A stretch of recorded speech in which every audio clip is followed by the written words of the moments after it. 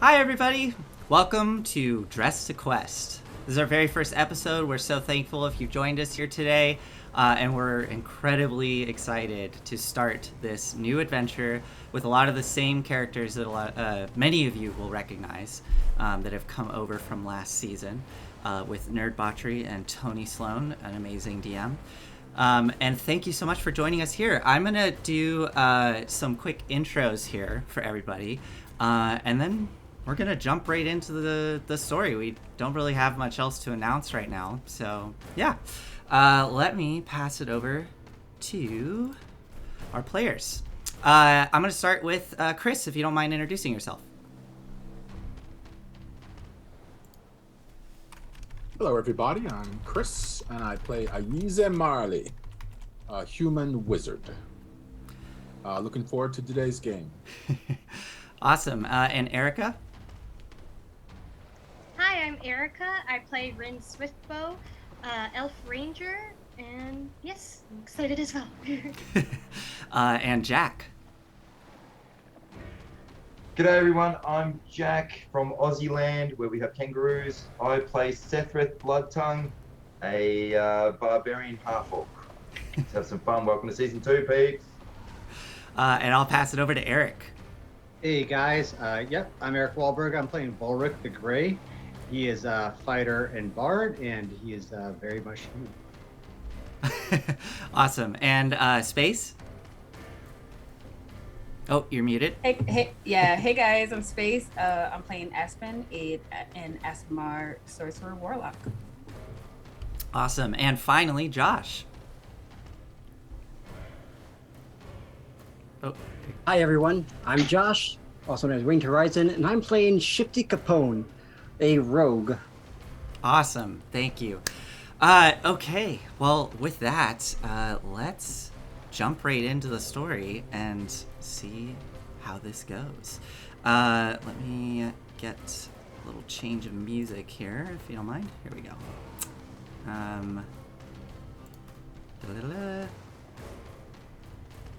Yeah, I'll do this one. Okay, so, hi, it's just going to be me for a second. I hope you don't mind seeing my face. So, to start us off, a sliver of a moon glistens off the inky waters of the Sword Coast as a brisk wind disrupts the surface. Gently rocking in the dark void is a single ship, the dim shapes of a coastline barely visible off its starboard side. One pinprick of light periodically appears aboard the deck of the ship, the darkness threatening to snuff it out. Approaching the vessel from the coast glimmers another point of light, gently bobbing as it slowly glides through the waves. The light belongs to a small fishing boat, with a single square sail. Standing at the bow is a man clutching a lantern, with a woman in a dark purple cloak and a top hat at his side. Eric, if you don't mind describing yourself, or Volric, rather. So, Volric is in disguise at the moment, so I will need some help from the Dungeon Master, because he's cast a spell upon himself to look like... Why don't we say you're a good distance from the ship. Why don't you say you're about to cast the spell? Okay, cool. We can edit this part out then. Yeah, we'll edit that part. And okay, and go ahead. All right. Yeah, so Volric, he's about 6'2". He is an aged warrior. He looks a lot like this guy. Has some very nice plate mail that's under an equally impressive looking cloak, and has this very impressive sword currently sheathed. And and that's the basics of him. Awesome. And next to you, Volric, we see this woman in a purple cloak. Aspen, if you don't mind describing yourself. You see a very tall woman wearing a dark purple cloak. She has her shield on her back and her breastplate ready. She has dark brown skin and her top hat, and she looks to Volric. Yeah, and you are both currently gently gliding through the water in the darkness. You can taste the salt in the air. What do you two do in this moment? You can see the ship is a good probably 200 feet or more away as you're approaching it. I will rest my hand on Ulrich and whisper, "It's a lot. We're doing good here. Um, may Torm guide you, and I will give him guidance." There you go. And to the feisty lady, I give you all that I can as backup physically and spiritually, and I give you bardic inspiration. There you go. And as he does that, I will conjure my weapon, my battle axe. Awesome. What does that look like? You see, from she like I carve a purple line in the air, opening up a void, and I grab out this not purple. I'm sorry. I grab out this battle axe, and it has a purple gem on it, Awesome. and it glows with ethereal magic. This battle axe appears as Aspen grabs it. And as the two of you brace yourselves getting ready for what's coming, Volric standing there holding the lantern. Volric, do you cast Disguise Self? Yes. So your image changes into that of kind of a weaselly-looking man with like dark red robes and like a black vest on. And as we cut over to the back of the ship, we can see that in the center of the vessel there's a large tarp covering a lumpy pile of goods. At the stern is a small halfling man, and next to him a monstrous half-orc with a battle axe. Shifty, if you don't mind describing yourself. I am a 3-foot tall halfling, some wavy curly hair, and you can see that he has these green goggles, and he's holding a plank steering the ship. He is, if he wasn't wearing his goggles, you'd see that he has these bright blue eyes, a 5 o'clock shadow, although you wouldn't be able to see very well in the darkness. And he comes to about probably the knees of this giant man next to him. And if he's actually talking, looks like they're probably just arguing or giving each other, he's giving this larger guy an evil, angry look. He's quite an expressive little man at 3 foot tall. Awesome. And Sethreth, you're sitting there next to this little halfling giving you the evil eye. What do you look like? Yeah, putting up with this nagging little child sitting next to me. Who brings children on adventures? I don't know. So yeah, Sethreth is a half-orc of some descendant. If you've watched our previous episodes, you know that we're still trying to kind of hone in on really his heritage. But yes, half-orc. His skin is coal in color, just jet black in color, and he has these almost look like birthmarks of a lighter gray all over his body. And you will know from previous episodes when he rages, they glow red. Says he's incredibly tall for an orc. He's over 8 feet tall, probably getting pushing close to 8.5 feet at the moment. He has a forked like tongue like a demon, and it's the color of blood. And his eyes are the whole eye are red. And at night, he has to be careful. If lantern light hits on him, they glow red.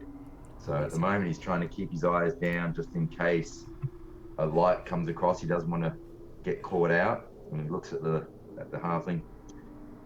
You talk too much, you little brat. Is this where I get out or what? And you smell like gold piss. Keep your mouth shut. Am I getting out now or what? Overgrown loaf. And you can see, Shifty, you are getting a bit close to the ship. You're probably about 100 feet away now. You're starting to see figures on board of the deck. What do you both do? You ready? You gotta step in the water. Remember that. Don't forget the plan. Quietly now. So I put the axe, strap it on my back, and I do my best with all my weight to slide off the back of the boat like a crocodile, and then grab onto the back where there's a little rope hold that I'm assuming Swifty's put for me. Mm-hmm. I'm staying there quiet in the water as they We're like pull a me in. lumpy little turtle. Fat one. So Louder than a banshee. Are you ready to do a banshee? That's your mom? So as as Sethrith is hushing Shifty under his breath, and we see this massive half-orc slip into the dark waters, grabbing onto the rope, being towed behind with the battle axe strapped to your back. We notice that the lumpy canvas covering a bunch of goods kind of shifts, and we cut in close, and underneath, in utter darkness, we see two figures uncomfortably crouched under this thick canvas. One of them quickly flicks his wrist, and a bright light glows at the end of a wand. And we can see next to him there's an elven woman in leather armor. Why don't we start with Aize? Do you mind describing yourself as you're crouched under here? Aize is a middle-aged man, human, dark brown skin, sort of flecks of gray in his mustache. He's about, if he was standing up, he'd be about 5 foot 6 inches tall, and he weighs about 98 to 97 pounds. His arms are about as thick around as pipe cleaners, which is a comment he often makes. Awesome. And, I hold up the wand and I say, "Come down to the coast, have a few laughs." That's what they said. How are you doing, Rin? And Rin, why don't you describe yourself as Aize addresses you? All right. Rin is a young woman who, over the course of from season 1 to season 2, freshly turned 20, wearing leather and chainmail, holding close to her a bow that's very clearly handmade. And yeah, and what else? Awesome. Okay. And yeah, what do you two do? You're crouched under there, Aize. You just addressed Rin. Okay. Rin replies, "Feels weird to be on a boat again." Yeah, considering what happened the last time we were on a boat, I'm not feeling good about it, but hey. I don't think there'll be anything worse than being trapped on a cursed island. And she like kind of stomps on the wooden planks of the ship. Good. If I had some salt, I'd throw it over my shoulder. At this point, the boat is drifting closer. Volric, you do notice over your shoulder there's this light shining underneath the canvas. Do you do anything? Yeah, I'm gonna turn and kind of give him a slight kick and say, "Don't make it too obvious." I turn Aize turns off the light cantrip. Amazing. So the light goes out. Okay, so you are all now approaching the ship. You're probably a good 75 feet away as the boat is just gently gliding through the dark waters. I do need to send our players over to the map so that they can see what they're dealing with. You're gently gliding towards the ship. As you're approaching, you can see this hulking silhouette of the ship rising out of the water. And leaning against the railing of the main deck are two figures, one of which holds a lantern, the other one just seems to kind of be peering and keeping an eye out. Standing to the right of them is a massive figure, slowly lowering a rowboat down into the water, grunting. And, let's see...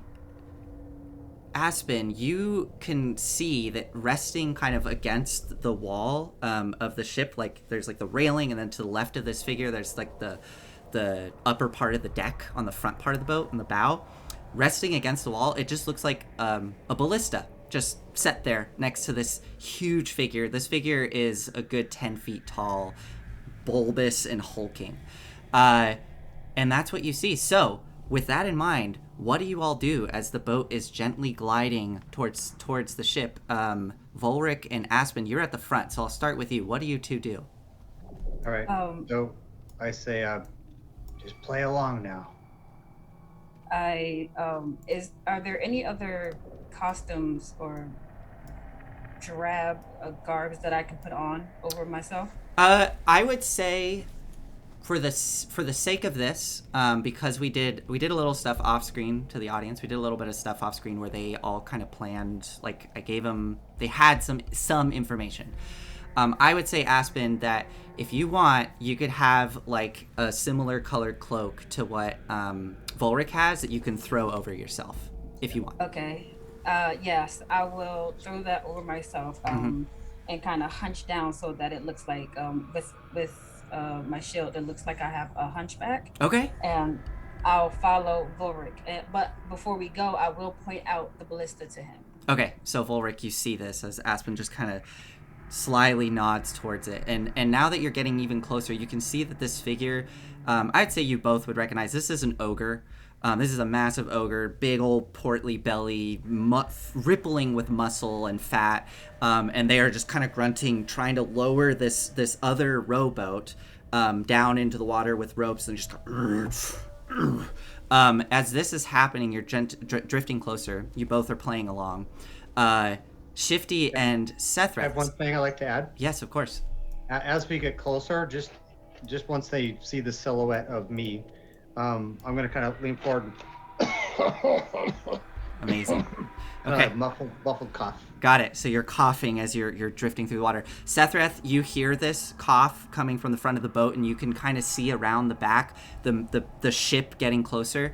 What do you do? Are you just going to hold on, or do you do something else? I just want to get an idea of what you're going to do here. What's our rough range at the moment? About what's on the map there. So you're a good 60 feet away from the boat. So you're... How far can I comfortably swim underwater? I don't think I've done that in D&D. Do you have a swim speed? Like, do you have a feature that grants you a swim speed? No. Okay, so you can move half your movement, which as a barbarian you have pretty good movement, right? 40. So you can move 20 feet and then, action dash another 20. So you could move 40 feet underwater if you would like. I will wait till I'm about 40 feet out, so my goal is to go underwater. Amazing. Okay, so the boat, Shifty, you continue to pilot it, unless you want to do something different. I'm just going to assume you continue to pilot the boat forward. Aize and Rin anticipating, waiting under the canvas. You can hear the wood creaking under you. Sethrath, you give me a survival check for me as you're approaching the boat. We'll see if you can gauge up when you're about 40 feet away. A 9. Okay. So the boat drifts forward and it gets you're trying to gauge the distance and it gets a little too close and you go, oh shit, like you're really getting up on it, but you're definitely within 40 feet. Do you dive under? Yes. Okay. I dive. Go ahead and make a stealth check for me. And I'm gonna put the boat here. Roll the season. Yeah, it's the first roll. Oh no, a second roll. A 13. Okay, let me check some things. And I would say you would have advantage on this because you're diving underwater.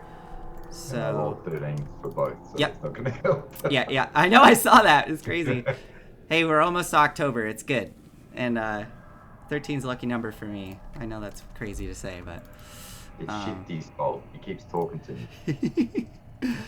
Okay, Sethrath, go ahead. You can move your token on the map. Move it to where you want to go. You have 40 feet of movement with a movement and dash as the boat, Shifty, expertly starts to almost slide this boat into place. Anchor would be towards the front of the boat, correct? It would, yeah. Do you want to get off before the boat starts to turn so you're closer to that side? So I want to go swim to the front of the boat. Go for it. To go for the anchor. Yeah, go for it. And you can hold your breath. It's an absurd amount of time. You can hold your breath. I think it's like your con modifier. So if you have like a +4, you can hold your breath for 4 minutes. So if your con modifier is like +3 or 2, you can hold your breath for like 3 to 2 minutes. So okay, it was +3. Then you got 3 minutes, which is an intense amount of time in combat. So well, I can go 20 feet for now, correct? You can go a full 40. Go for it. Oh, okay. Yeah. You're using your action to dash. Yes, this is using your action, but this is loose, so it's fine. I'm not going to penalize you for that. Like if something happens. So, okay. So Shifty, you start to drift the boat up. Volric, you can see immediately these figures. The one that's not holding the lantern kind of peers into the darkness, sees you approaching, gives a nod, and you see this big bundle at their feet, and they take it and throw it over the side, and a big rope ladder splashes in the water. Underneath the water, Sethrath, as you're swimming, you hear this muffled All right, so Volric, you bump up against the side of the boat. You can see these figures above you, and you see the one that just threw the boat in. They lean over the side and look down at you, and you see a bugbear with black fur, and they have this like fiery red fur that kind of transitions up into the top of their head and on their forearms. They kind of lean down and they give a nod and go, "It's good to see you. Come on aboard." And they hold a hand out, this big meaty paw to pull you up onto the boat. Volric, what do you do? All right. First question is, we had talked before the game. Do I know what this person's voice sounds like that I'm impersonating? Yes. Let's roll a perception check for me. We'll leave it to the dice because I can't make a decision right now. Okay. Coming in hot. Here we go. They come up. Oh. Unfortunately, you do not remember what their voice sounds like. Then that's okay because my backup plan is still intact. Yep. Right. So what do you do? Oh. Damn. And so as I give him my hand to pull me up, I say, "Damnedest thing living in a cave. One of us gets sick. We all get sick."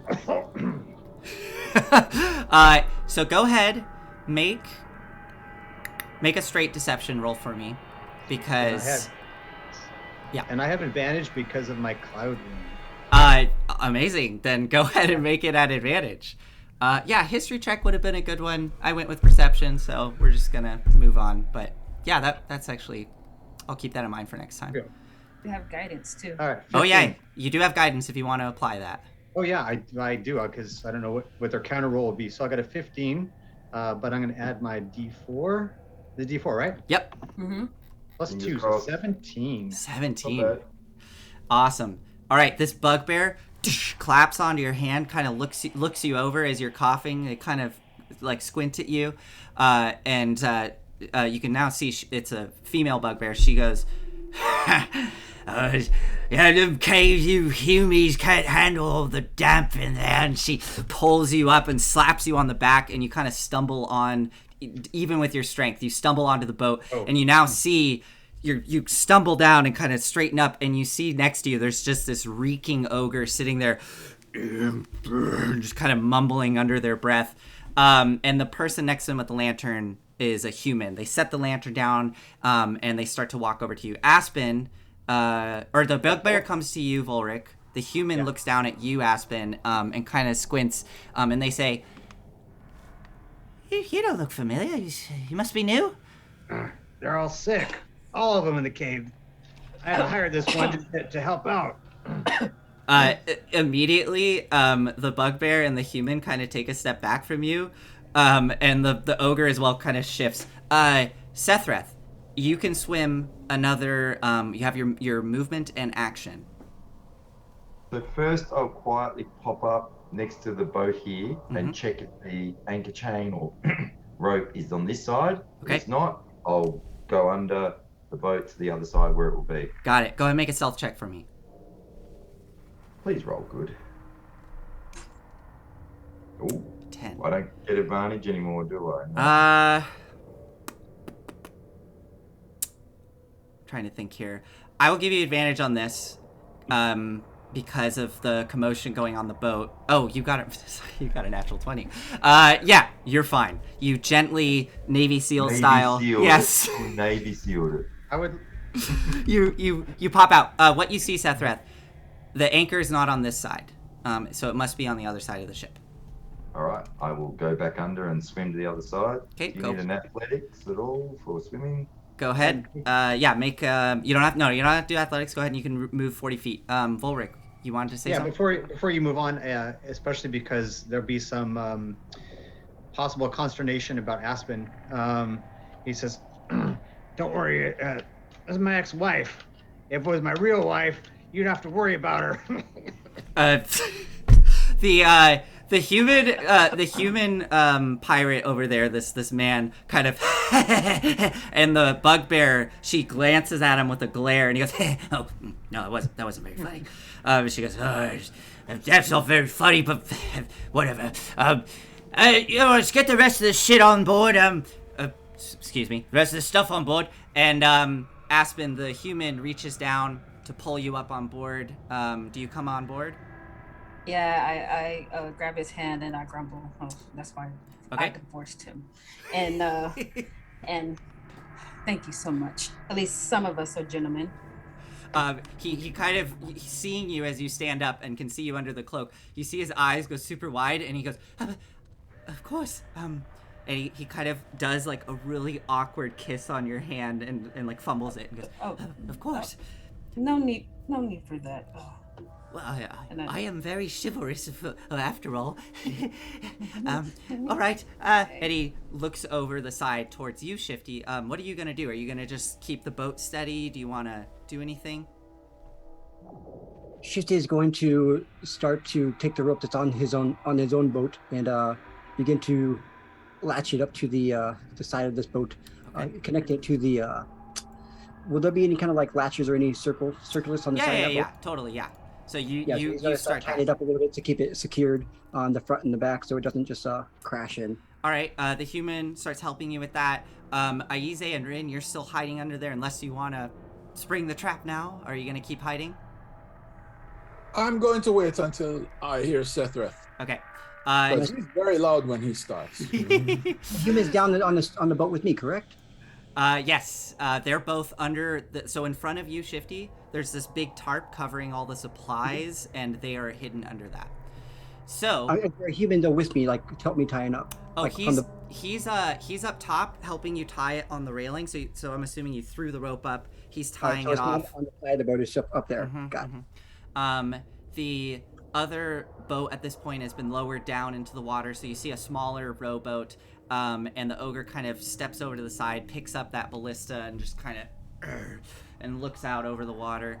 Volric, the bugbear, steps up to you as the human finishes tying off, and the bugbear says to you, Volric, all right, so we got this next batch of weapons. How many loads do you expect we're gonna have to do back and forth? You just want to get out of here as soon as possible. I'm gonna send George over there down onto the boat in just a second, but what are we looking at? How long do you expect us to be here tonight? It depends.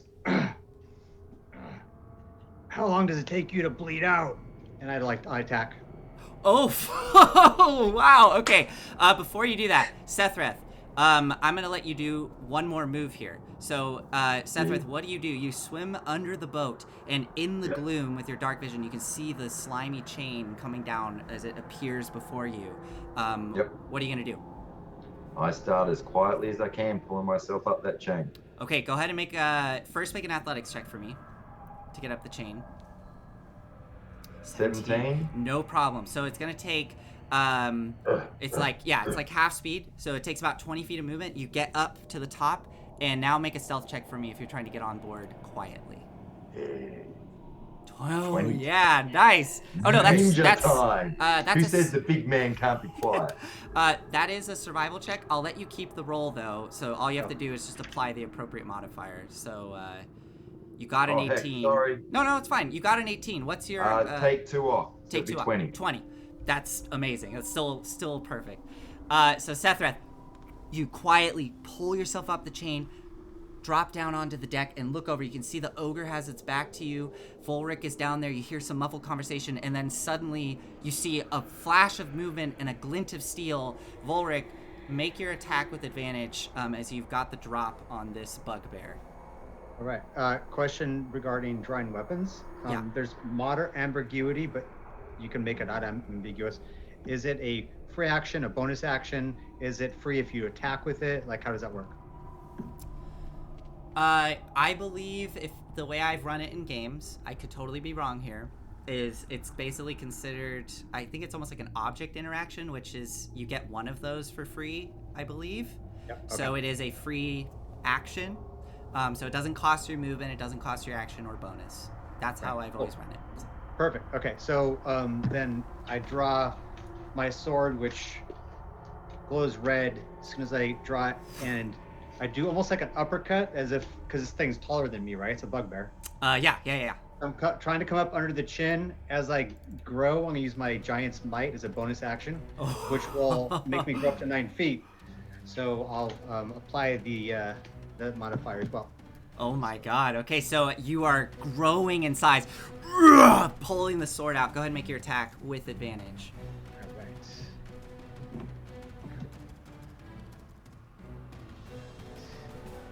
I believe this is the two-handed one. Hang on a second. Too many windows always takes a little bit longer. So that's not an advantage. Hold on. That's Yeah, just go regular. ahead. Yep. So I'll probably need a better than that. Ignore the +3. That is a macro we need to erase. Got it. Try again. And this is my second try. Oh, not so good. Not so good. Not so good. So somehow This I telegraphed it. you did. She spotted you, quickly reached for your blade, and it suddenly glow, and she just ducks out of the way as you grow up in size on the ship, whiffing her as she ducks and rolls out of the way. I need everybody to roll initiative. I'm gonna grant Sethreth, you are gonna get a surprise round. Actually, all of you get a surprise round, really, because you've completely ambushed these people. They were not expecting this. So let's see what happens. I'm gonna roll initiative for the NPCs, so give me a second. And We just select our token first, right? Before oh we roll. yeah, that's right. We're doing it all on roll 20, so it'll just add it automatically. Amazing. Make sure you have to wait until you put your turn order up. Yeah, So- let me here. There we go. Okay, there you go. Just click on our initiative. Right? Yeah, that's right. That's awesome. I forgot that it just does it automatically like that. Oh boy, yeah, here comes I can feel my costume heating up already, folks. I rolled a 17.14, but it hasn't jumped on the chart. You have to have the icon pressed when you do it. 17.14. What are these points? So what that does, the reason it does that, Nathan, is so that the players have a hierarchy, right?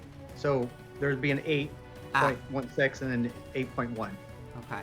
So 8.16 would be Higher. after. Okay, you got a 17? Yes. Okay. And let's see, did I get everybody? It looks like I'm missing Volric and Rin. There we go. I Sorry. see myself there. I've been like, my chat wasn't updating for Ren some should have reason, been so it 8.16, just suddenly I all think. came at once. Yeah, Oh, mine's up I'm there, so sorry. I see it. Yep. 21.1. Thank you. Yeah. 21. I don't think mine added to the turn tracker. Okay, that's fine. Let me get. Do I need to drag it over afterwards? No, we're good. Aspen, what did you get? 12, 12? 14. Thank you. Yeah. And then, sorry, Rin, you said, what did you get? Can Mr. Volric help? Because I'm messing it up. It's It'd be because I need to click 8.16 is on the what you thingy. got. Yeah, so Got actually, it. Thank you. Yeah. You got an I'm 8.16. sure. Yep. Mm-hmm. yeah, you did actually roll it successfully, Erica. I just don't see it in the thingy, so I don't know what I did. Oh, never mind. Yeah. I'm just used to being at the top. It's okay. Yeah. Go for your bird first. Okay, cool. So I got Volric, 21, Sethreth, 17, Aspen, 12, Shifty, 12, which, what's your dex, Shifty? My dex would be a 18. Okay, and Aspen, what's your dex? 14. Okay, so Shifty goes first, then we have Bandit, Rin, Ogre. Yeah, okay, we're good. So, we're, Volric, you just went. You did your turn. Sethreth, you are up. You get to react now. What do you do? I'm definitely going to be coming up quietly across the deck and leaping from the upper deck down on the back of that ogre and cutting him in half, I reckon. Awesome. Go ahead and make your attack roll as you...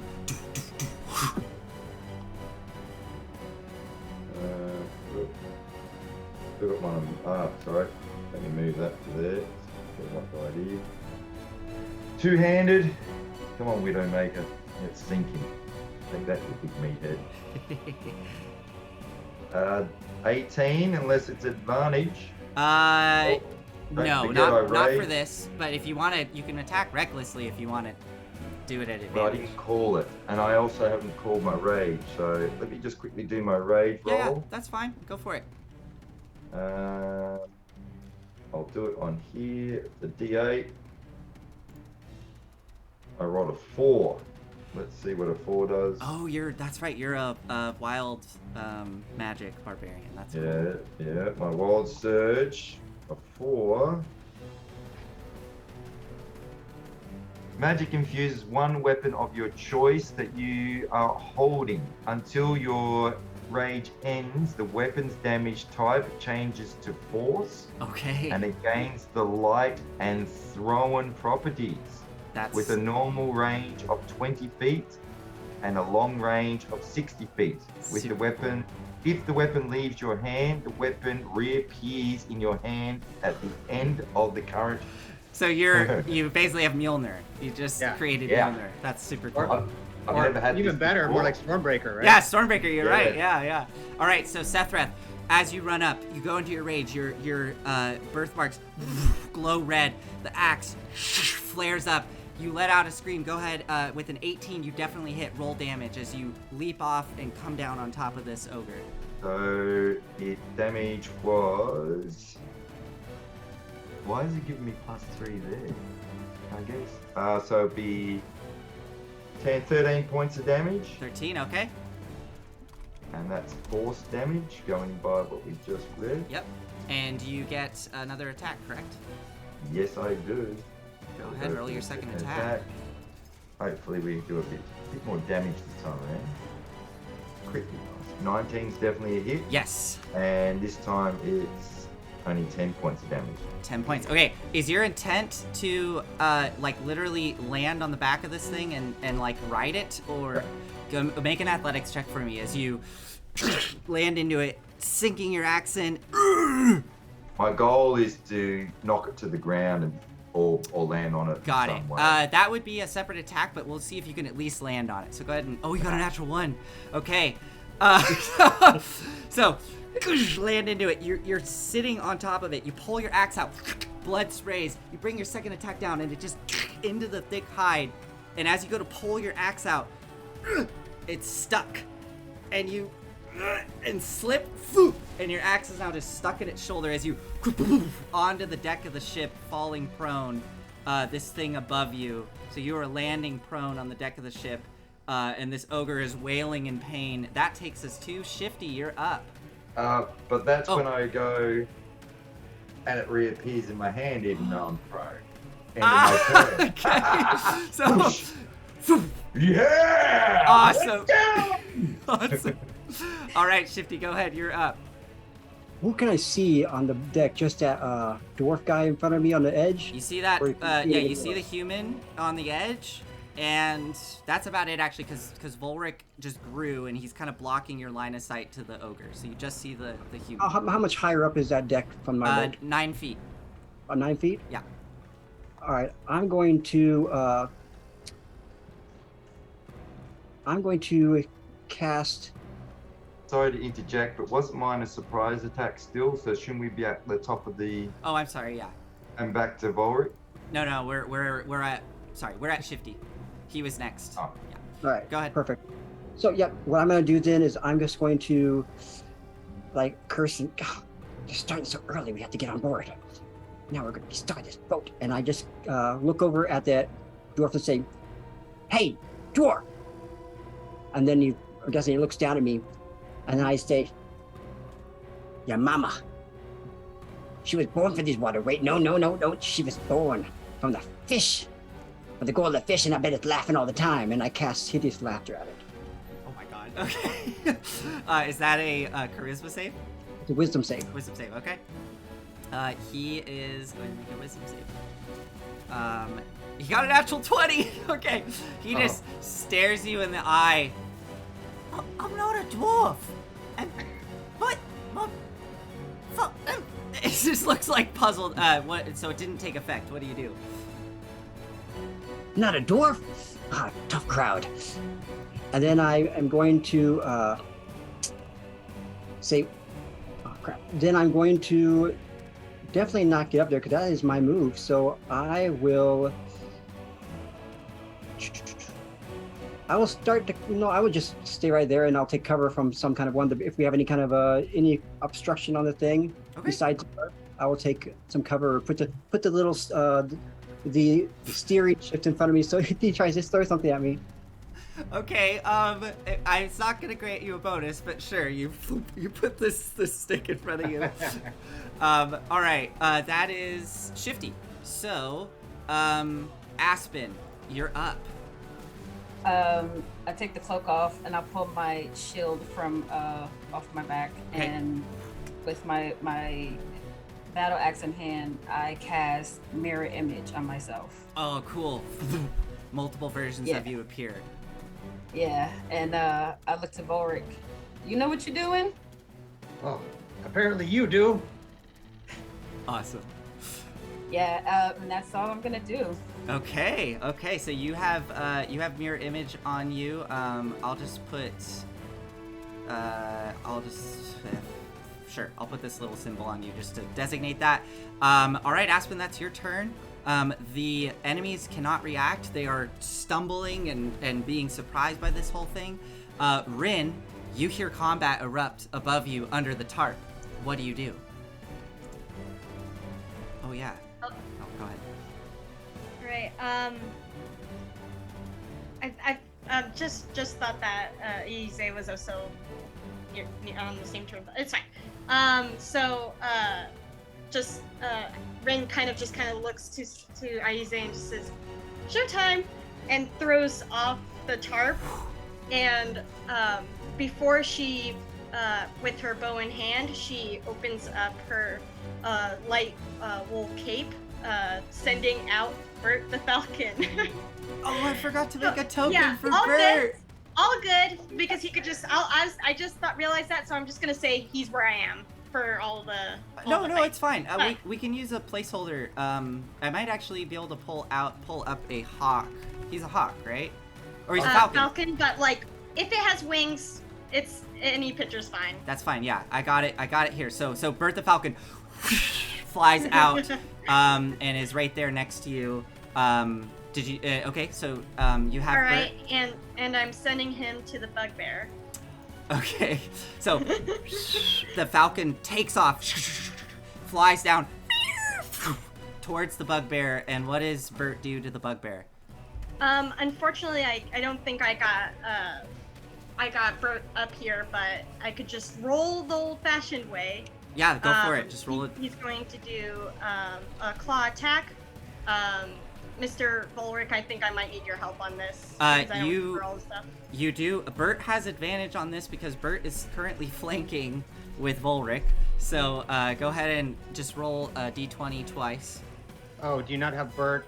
No, that's what I realized. Okay. Totally forgot him. Hopefully this doesn't ruin the streak. No, you're good. Give me a second. I would pass on to something else while I look up the to hit for the pet. Because normally we have a character sheet for that. Yeah, he has his own character sheet. Got it. Actually, what I'll do is I can jump onto the other roll 20. I already rolled for him, but if you want to check that information, I don't think he has anything special. Your damage is 5 to 9, as I recall. So I think he missed for today. well, you rolled a 13. Does he get to add, add anything to that, like any pluses? No, Yes. I don't believe. Oh, Yeah, yes. he does. Yeah. It's like I don't your know my own bird. proficiency. It's like your proficiency or something. He's proficient at being a bird. I'm so glad this isn't live because that should really be a. Yeah, let's just we'll cut this out. You didn't see this. Yeah. So we'll fix it in post. Well, while Eric looks that up, Rin, is there anything else you do as Bert goes flying off? All right. So what Rin does is bow in hand onto that same target, pulls out 2 arrows for shooting with sharpshooter. Okay, so you will have to get out of the boat and pull yourself up onto the deck of the ship to see this individual. So are you good to do that? Yes, I just didn't realize how low I was. Oh yeah, the boat you're in is 9 feet below the deck. So you have to run. Okay. So you have to run, and I mean you're a ranger. I assume you run and kind of I have clamber up, leaping over the side of the deck. This human next to you looks super surprised. This pirate, and you pull your bow out. Go ahead. Unfortunately, this attack is made at disadvantage because you're being threatened by an enemy. So go ahead and roll your attack. Alright. Since I have a bad feeling, I'll roll without sharpshooter for now. Okay. And then I'll shoot once I feel braver. So you said disadvantage? Yeah, so just roll Or- once okay. on roll 20 and it'll roll twice automatically. So yeah, a 17, you still hit with a 17. And you do 7 points of damage. Amazing. So it hits her and she do you do anything else? I have one more shot. Go for it. Rolling now. Do I just do normal roll now though? Nope, still at disadvantage. Alright, got it. And oh my goodness. Yes, you hit. And you did sharpshooter? Okay. Yes. So that's why 18 there's points. negatives. Your second shot, the arrow flies out and strikes this bugbear right in the neck, and she's barely alive at this point as the arrow's poking out of her neck. Let's see if Bert hit. Eric, did you Yeah, I have him up now. It looks like he gets a +2 proficiency bonus. +2 proficiency bonus? Okay, so that's a 15, and then anything else? Let's see. Like strength or dex? I can do a claw attack here. This is actually on Yeah, go for it. when he's old nerd botchery roll 20. Yes. Yeah, here and then. This is where we gotta really trust each other. Yeah, Here we I go. trust you. I trust you. It's a total +5. It's your proficiency and then +2 because of the dex. Okay, with a +5, you rolled a 13 with advantage. You hit with an 18. Roll damage for me. So Eric, what did you get for damage when you did it on your side? I can 9 Yeah. points. 9 points. damage. Okay, she had 1 hit point left. So Bert flies down, latches onto the back of her head as she's choking out, and Bert just starts pecking. And this bugbear just falls onto the deck as Bert is just clawing at her face. She is down. That takes us to the ogre, which can't react. She's dead. And Ayize, it is you at the end of the initiative. What do? You hear all this commotion and Rin just burst out of the canvas. All right. Visibility is poor as I am human, but can I make out the mast of the ship?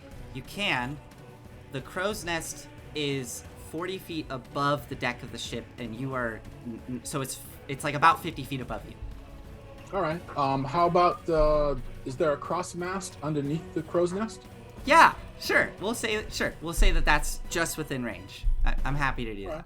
I will then use I'll post it just so chat.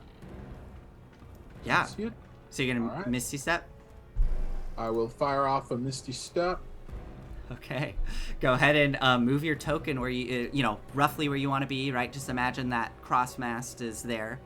As you what does your Misty Step look like? Does it have any Oh, I gesture. Snap open my book very quickly. And I say, archive. Mhm. One sec. I actually have a term for this. Misty Step is.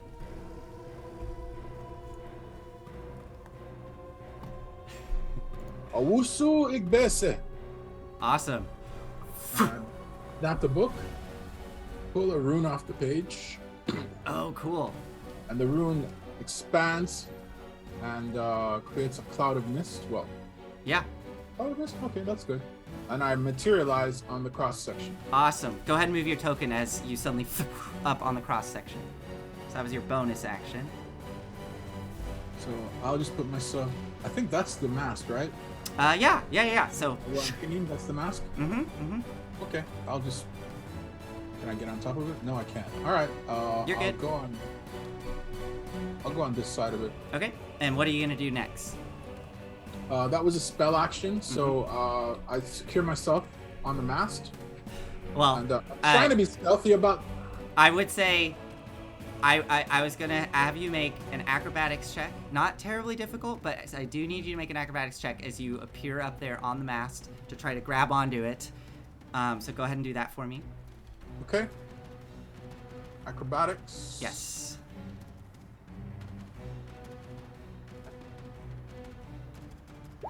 Okay. 10? Yeah, you managed to, because you are on a mast, right? Like a round pole, and you, Yep. and you're kind of, and grab onto the main mast, and you're now holding on there.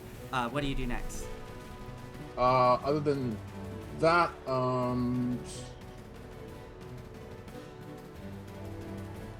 I think that's it for now. I can't cast any spells. You can cast a cantrip. Oh, I can? Yeah, you can do, Oh, all right. because Misty Step's a bonus action. Oh, all right. Yeah, so you can do a I cantrip. I will fire off a cantrip then. I'm going Go for to it. drop a light spell Yeah. on a spot. Actually, you know what? I'm going to put the light spell on Volric. Okay, you're gonna have Volric glow. So okay, so you all have you've completely forgone stealth at this point. Well, he's not stealthy at all, so I figured this will be fine. Volric suddenly glows. I believe it's 30-foot radius. Here, I'll post it. Light. So Volric suddenly glowing on the deck of the ship. Also, there we go. awesome. Oh, 20 feet. Oh, it's Okay. touch. Oh, crap. It's touch range. Oh, it's touch range. Okay, sorry. Can't do that. All right, no problem. I will pop a dagger. Yep. Cast a light spell on the dagger, and I'll throw it. Not Okay. hit, but basically drop it. Yeah. So that it's next to Volric. Okay. The dagger plummets to the ground and thunk, lands sticking upright in the belly of the bugbear that's lying on the ground, and it's now glowing with light. All right, if that is it for you, Aize. Also, I did see Shifty. I'm sorry, I forgot about the bonus action as a rogue. You can do the bonus action hide, but it's fine. We're gonna move forward. But I did notice that. I'm sorry. We skipped that. I'm hiding behind a stick shift. Yeah. All right, top of the round, Volric, what are you doing? There is a glowing dagger sunk into the dead bugbear, and there's an ogre and a human pirate still alive. What are you gonna do? Okay, and looking at roll 20 here. Yeah. Let's see, do you light it up? I'm gonna light up the area for you in just a There we second. go. No, that seems better. Cool. All right. So is there's a lot of commotion going on. Is Rin still on the boat or not? 'Cause right now it looks like she's on the big boat, not. She's on the big boat. Yep. Okay, she's on it. Okay. All right. And then the human is where? Can you ping him for me? Yeah, right here, next to Okay. Rin. All right, and then the ogre. Oh, yeah, I see the ogre. You see the ogre, I would think. Yeah. Okay, so I say let's leave this one alive, and I point at the human, and I'm gonna run over to him, and I'm going to go ahead and give him a punch because I don't think one punch is gonna kill him. Okay. I'm gonna walk up and basically palm strike him in the face. Okay. From 3 feet above him, obviously. Okay. And then let me roll my hit. So, real quick, you're gonna walk up to him. Do you have a 10-foot reach when you're size large like this, or do you have to actually go stand next to him? I still have to stand next to them. Okay, so you have to push through your companions. The ogre is gonna get an attack of opportunity, and go ahead and roll your attack. Ah, okay. I see now. Okay, sorry. Yeah. My bad. So It's let's okay. if I can renege that. Yeah, I didn't realize he was in melee range with me. Okay. So in that case, I just still say that keep that one alive, and I point at the human. Yeah. Okay. And then I turn around and I'm going to go ahead and double hand my my sword at that dude. At the ogre. Yes. Okay, go for it. Ash him.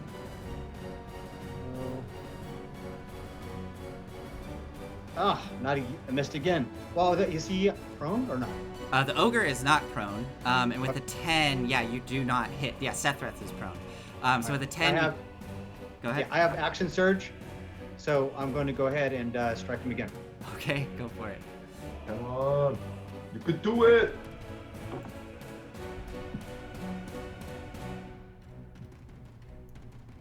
$15. 15 hits. Go ahead and roll Right. your damage. Or is that the damage there? Looks like I must have rolled a 1. Yeah, so the total is 7. 7, okay. but he's also going to take 2d6 because my sword bursts into flames and first burns him, and then fiery chains will attempt to entwine him. Ooh. So first I'll do the damage. Yeah. Here's some damage for you. Okay. Another 7 points. 7 points. Amazing. Okay. And then he needs to make a DC, I believe, 13 strength saving throw. 13 strength save. Okay, here we go. Got a 19. So the fire erupts around and the chains and try to pull this ogre down, but he just like flings the chains off and they do not restrain him. Anything else for you, Volric? That's it, bud. All right, Sethreth, you're up. You're lying on the ground. Your new glowing red axe that just appeared in your hand. What are you gonna do?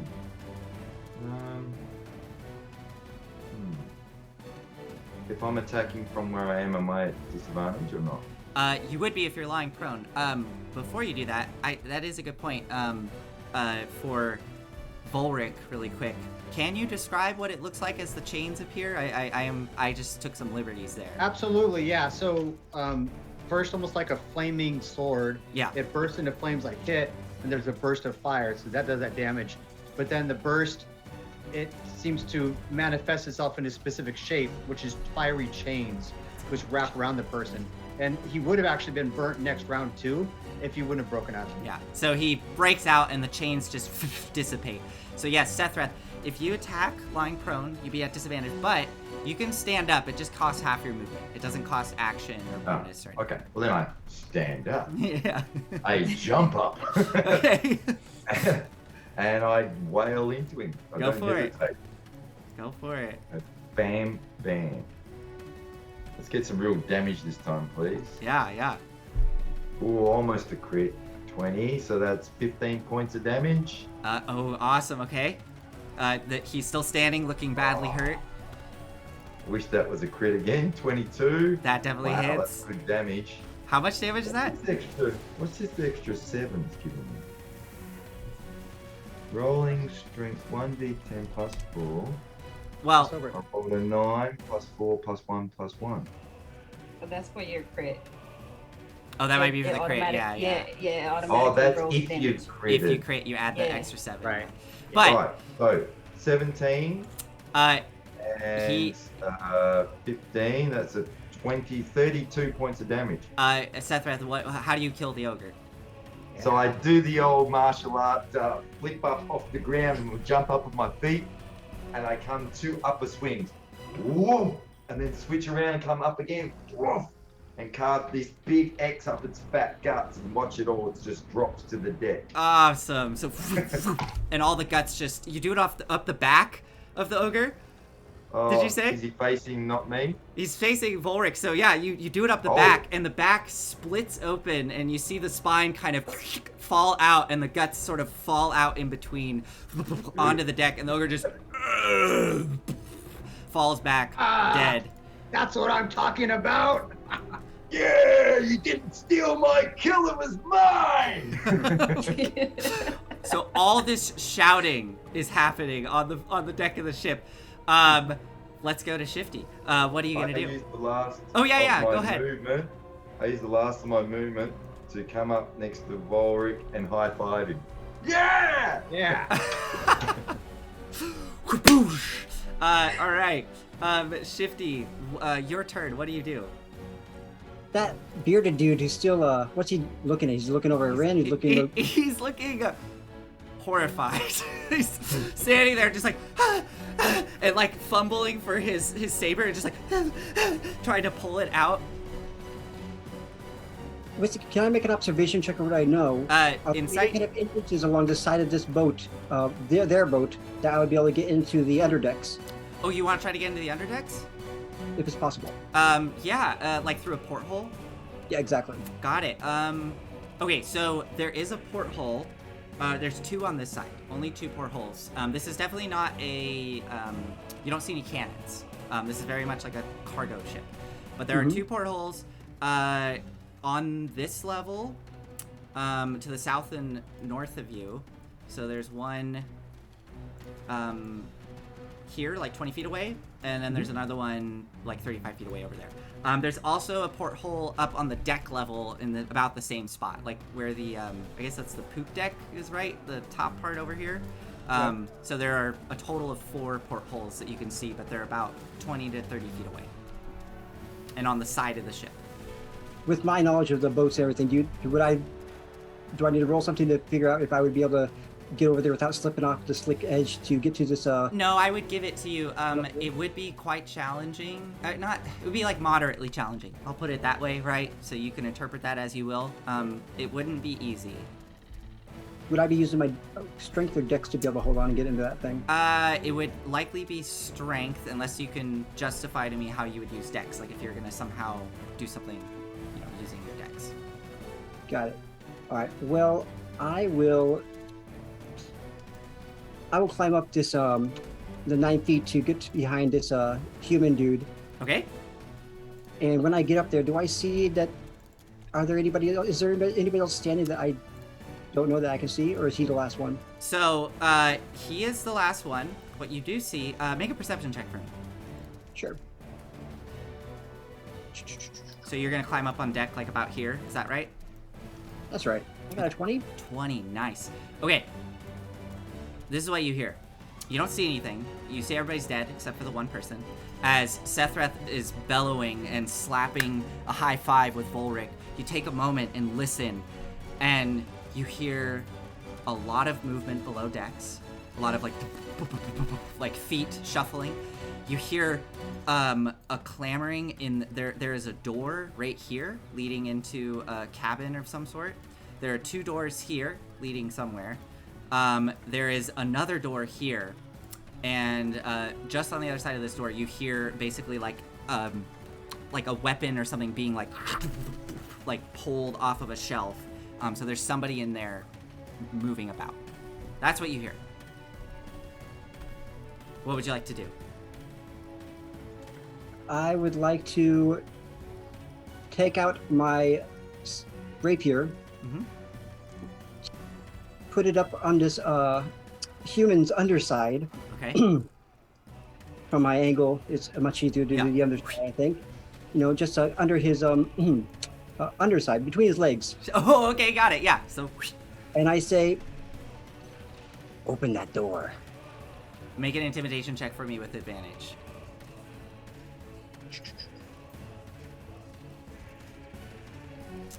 17. They're quaking, and he goes, and he stumbles over. This technically isn't quite his turn yet, so we'll say when it gets to his turn, he'll do that. Is there any? That was your action, Shifty, to intimidate him. Do you want to do anything with your bonus or rest of your movement? It took half your movement to get up on top of the ship. Right. I want to make sure that I'm to his side, but where he can't see me. Let me go ahead. Yeah, go for it. Just place yourself. To his side. There we go. To his side, so he can't really see me, but also so if they open that door, is it going to be opening to the? Got it. Yeah. That you're not. They're not going to see me right away. They're going to see him. Yeah. So, got it. So you're trying to hide. Make a stealth check as you get behind him with the blade out. All right. Let's see what you get. 15. Okay. I'll keep that in mind. Aspen. That's my ability. Awesome. Stealthy. Aspen, as you can see, Shifty has just intimidated this pirate into going over, and you see the pirate fumbling to go and open the door. What do you do, Aspen? Everybody else on the deck is dead.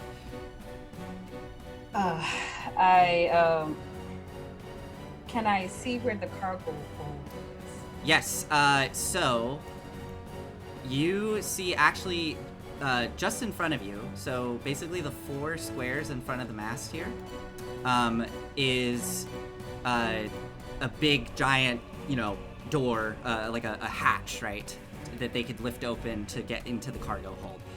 There's also the doors that Shifty was over by. There's 4 doors over there, and there are another 3 doors on this side of the ship, the bow side. So. Okay.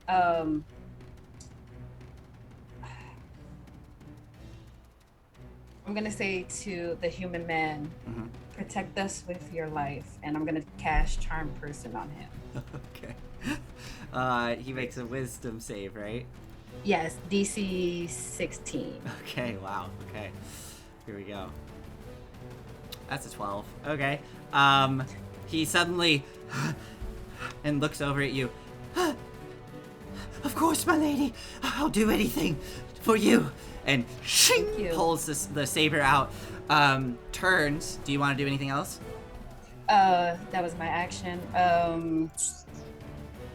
No, Okay. that's all I'll do. So it's his turn. He turns, grabs the door, and just kicks it open. It reveals. I'm gonna move you all to technically a different map, but this is just so you can start to see the, this portion of the deck. So let me move y'all over here. Whoop, there we go. And he's gonna kick open the door, revealing. Ooh, come on. This is being very finicky. Sorry. This is thrilling, I'm sure, to watch as I. We'll edit this out. Don't worry. Wow, we're gonna do a lot of posts on this show, aren't we? There we go. Okay, the door swings open, and within you see a gentleman with inside, Shifty and Aspen and Volric. You see this like very pompous, almost parrot of a man who has a slight paunch that's kind of struggling against his waistcoat. He wears a black naval jacket and pants with gold buttons and filigree. He's like fumbling to put a tricorn hat on his head, and he has a saber in his hand that he's like pulling off of a shelf, and turns and looks. And this figure that you've just charmed, Aspen, goes, "Captain Salazar, I've never liked you!" and is gonna go running in the door towards him. So he goes running towards the captain with the saber drawn and is going to attempt to stab him. So let's see if he hits. As he runs in, Yeah. I say, "I hope you know you can get fired for this, but thanks." He only rolled a 12, and I think the captain has much higher than that. Yes, definitely. The captain just ping, parries it out of the way and looks at him and goes, "Oh, you've always been my least favorite," and is going to get ready. All right, Aspen. That was Aspen. That's the bandit. Rin, you're up. All right, God, how do I Oh, call actually, that? Rin, before you go, Uh-huh. I'm sorry. Hold on. Mhm. I was having to do some stuff on the fly as all that was happening, because I was basically adapting to what y'all were doing, and there was some loud shouting and screams. So some things are changing. This is a very dynamic environment that you're in, right? All the creatures on here are going to react accordingly. So with these shouts and screams, suddenly the door that is on the other side bursts open, and you I'll be fair here. Let's see. I'll use her movement so she can get out to here. So she this gnomish woman comes running out. You can see she has kind of sharp features, a shaved head with a cloak on that has these silver bits of like design and arcane patterns on it as she pops out and looks around. All right. And she sees all this going down. And she's gonna cast... What can she do? She makes a quick assessment. I think she's gonna go for... Oh, there's a lot of people here. She'll go for you. She'll go for you, Volric, because you're gigantic. Act shorter. You're well. Trying to hide behind the body. Man, Imi 202, I wish she had Fireball. That would be awesome, but unfortunately she doesn't. So she will cast Witch Bolt at 2nd level, and she rolls a 15 to hit. Does that hit you? I have a 19 armor class. Ah! Okay. So she looks at you, throws up her hands, and this sort of like misty, aqua-colored bolt of electricity and energy streaks out towards you, and it just ricochets off. Oh, look at that. That's fun. Ricochets off your armor and off into the darkness. And she curses under her breath and is going to use the rest of her movement to get up the stairs a bit, trying to kind of back away. And she shouts out to the ship, "We're under attack! Everybody up here now!" All right, so that was her. Next up is Rin. You're up, Rin. All right. I think I'm actually going to stay standing where I am. After all that commotion, initially looking at the door of the captain, but turns up, looking at this figure. Uh-huh. And more to herself, she's like, "Yeah, she seems cool. I'd hate to kill her." And gets ready to shoot. You're gonna shoot her? Okay. Go for it. Alright, shooting with sharpshooter. Alright, that one whizzes by. An 11? Yes, that does whiz by, yes. She would have. Alright. Had this up for chat. Would I'm pretty sure I can do this, but just double checking. Would I be able to cast Ensnaring Strike as a bonus action before my second shot? I think so. You can do, yeah. you can do it anytime. Yeah. It's actually Alright, I'll do that now then. Got it. Go for it. Did that send info? All the steps? Mm-hmm. make her roll. Looks like I'm gonna have to make some adjustments to my dice window for chat. It's a little small. It's all for the good of the people. Go for it, Eric. You got another shot. Alright. Sorry, I was just like reading the information to make sure I got this right.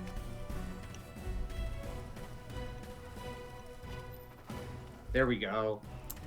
Oh yeah, All that right. definitely hits. And is that? Am I reading So that's that right? a 16.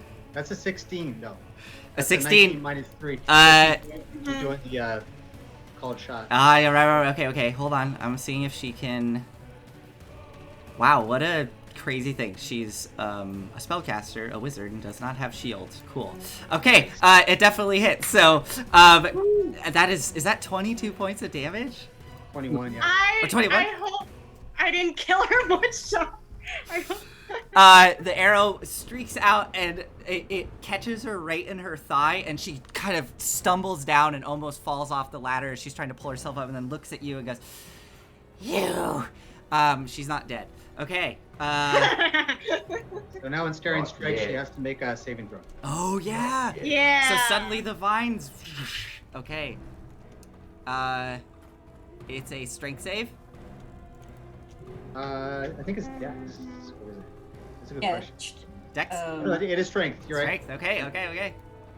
Oh, natural one. Like what type? Oh, So Rin, what does it look like as the vines encompass her? At first there's like a little pause after that shot.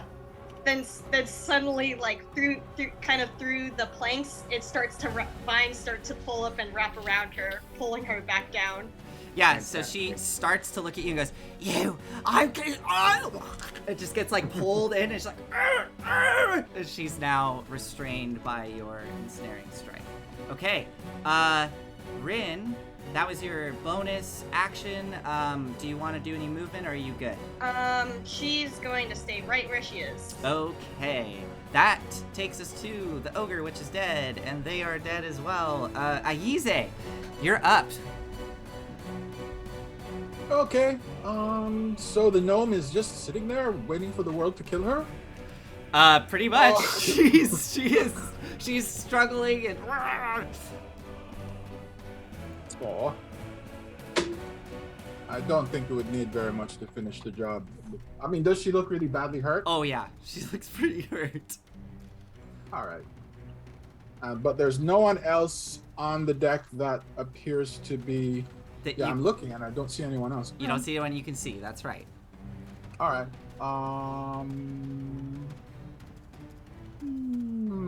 No. I'll put her down. Okay.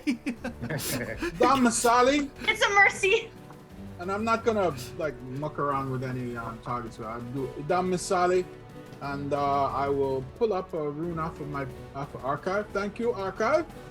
And I will launch 3 magic missiles at her. Oh my goodness. Okay, go ahead. Let's see what the damage is.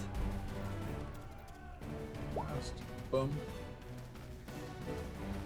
Oh, that was mage armor.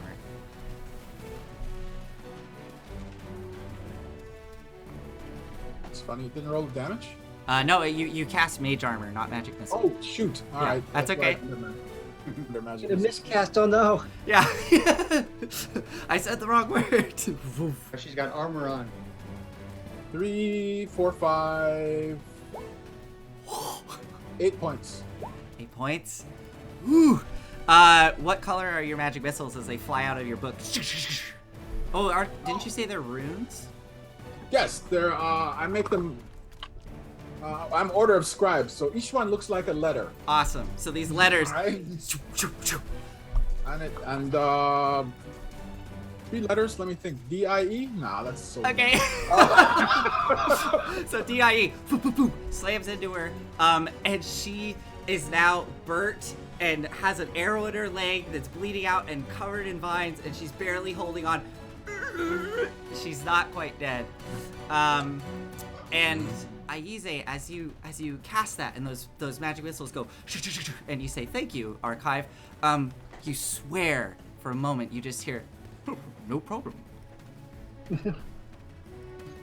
Do you Okay, react? then hold on 1 second. Wisdom check.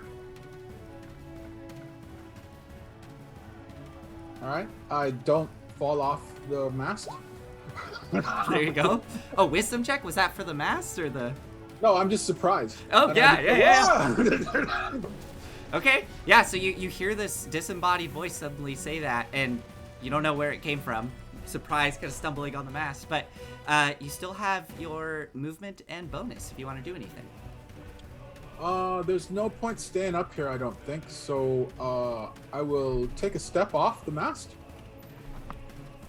Okay. Like just like step off and drop to the deck. And then this is my bonus action. Oh, Oh, wait a 'cause- minute. I can't do that. I cast a spell. Well, Sorry, no. Don't step off the Yes. mast. If it's a bonus action, I don't think you can. Yeah. So. No, I can do a cantrip. Okay. I will... Nope, I'll just stick around up here. for Okay. now. Okay. I'm not Volric. gonna feather fall. Volric, you are up. Featherfall is actually reaction, not a bonus action, so you can still do it.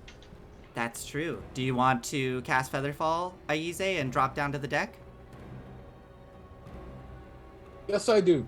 Okay, so that's super badass. So you just step off, start to drop, and then and gently glide down onto the deck, landing as light as a feather. So I don't really move. I just land on the deck now. Okay, cool. If you're good, Aize, Volric. Yeah, how big is that doorway? They are I think they're about 6 feet tall and like 4 feet wide. So you could squeeze in. It basically is difficult terrain for you. You'd have to like get on your probably like almost on your hands and knees and squeeze through. I say, Vorik, what about these doors on the ground? And I like look down and I kind of use my lips. Mhm. You point at the doors of the hatch doors towards in the middle of the boat. Oh yeah, these big ones here. You do see those, Volric. There's giant, graded hatches on the deck that Aize is Yeah. actually standing on right now. Exactly, yeah. And from my experience, these are direct routes to below deck.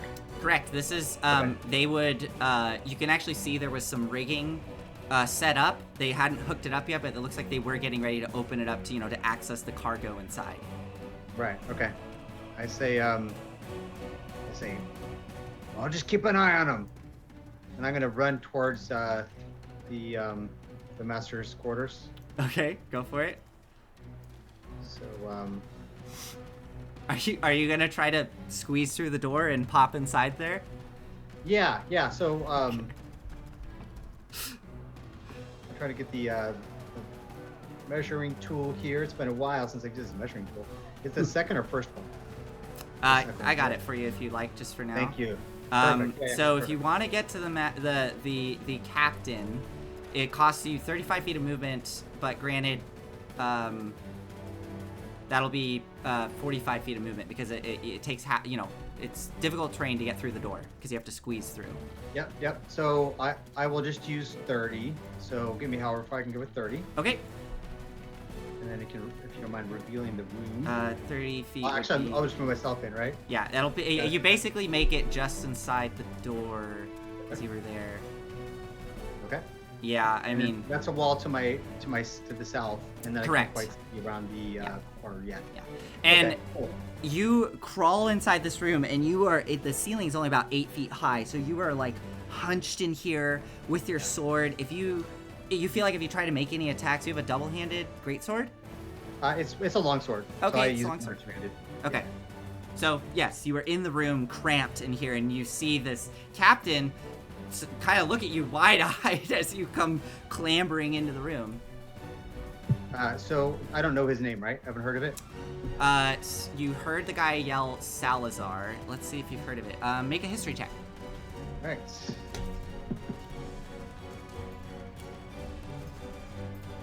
Windows.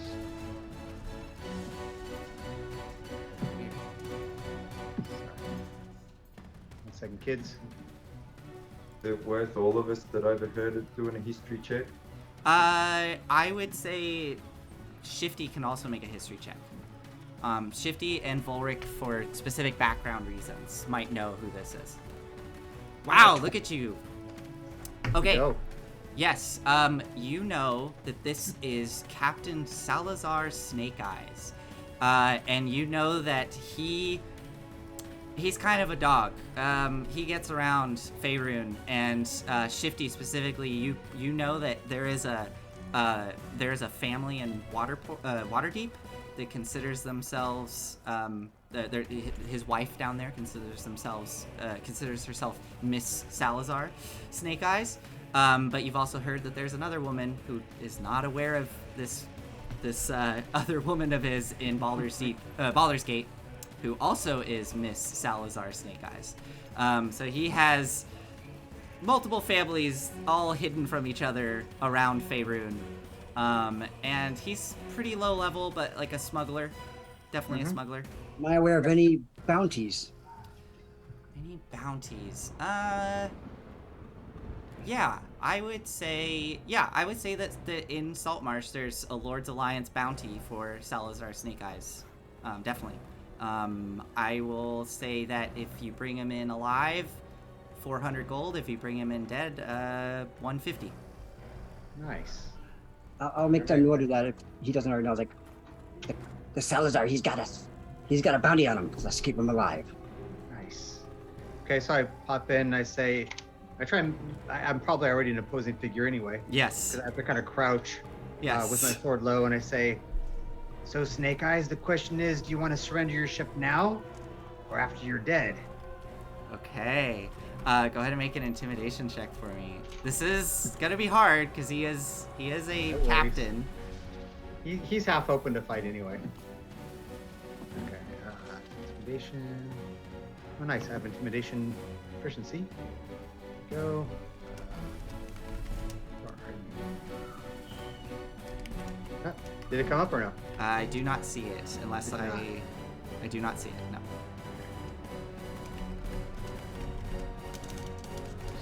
Tony Windows. Okay, let's do it again. Intimidation. Click. There we go. Coming in. Okay. A 10. Oh no. Oh, not even close. No. He just glances at you and goes, "Ha ha! Never. I enjoy a good fight." As he glares at you. All right. So that is your action, Volric. Yeah, and then if I can, for a bonus action, Yes. I'm going to. Oh, you know what? I'm gonna save that for later. So that's my turn. Okay. Really quick, because I see that it is just about 5:30. That's about halfway into our show, correct? Eric? Yep. Yep. I think you all normally take a break about here, correct? Yeah, we do. Okay. Well, actually, some of us have diapers on, so. Oh, okay, so we're good. Let's keep going. Tom is generous. Yeah, so let's do a quick break.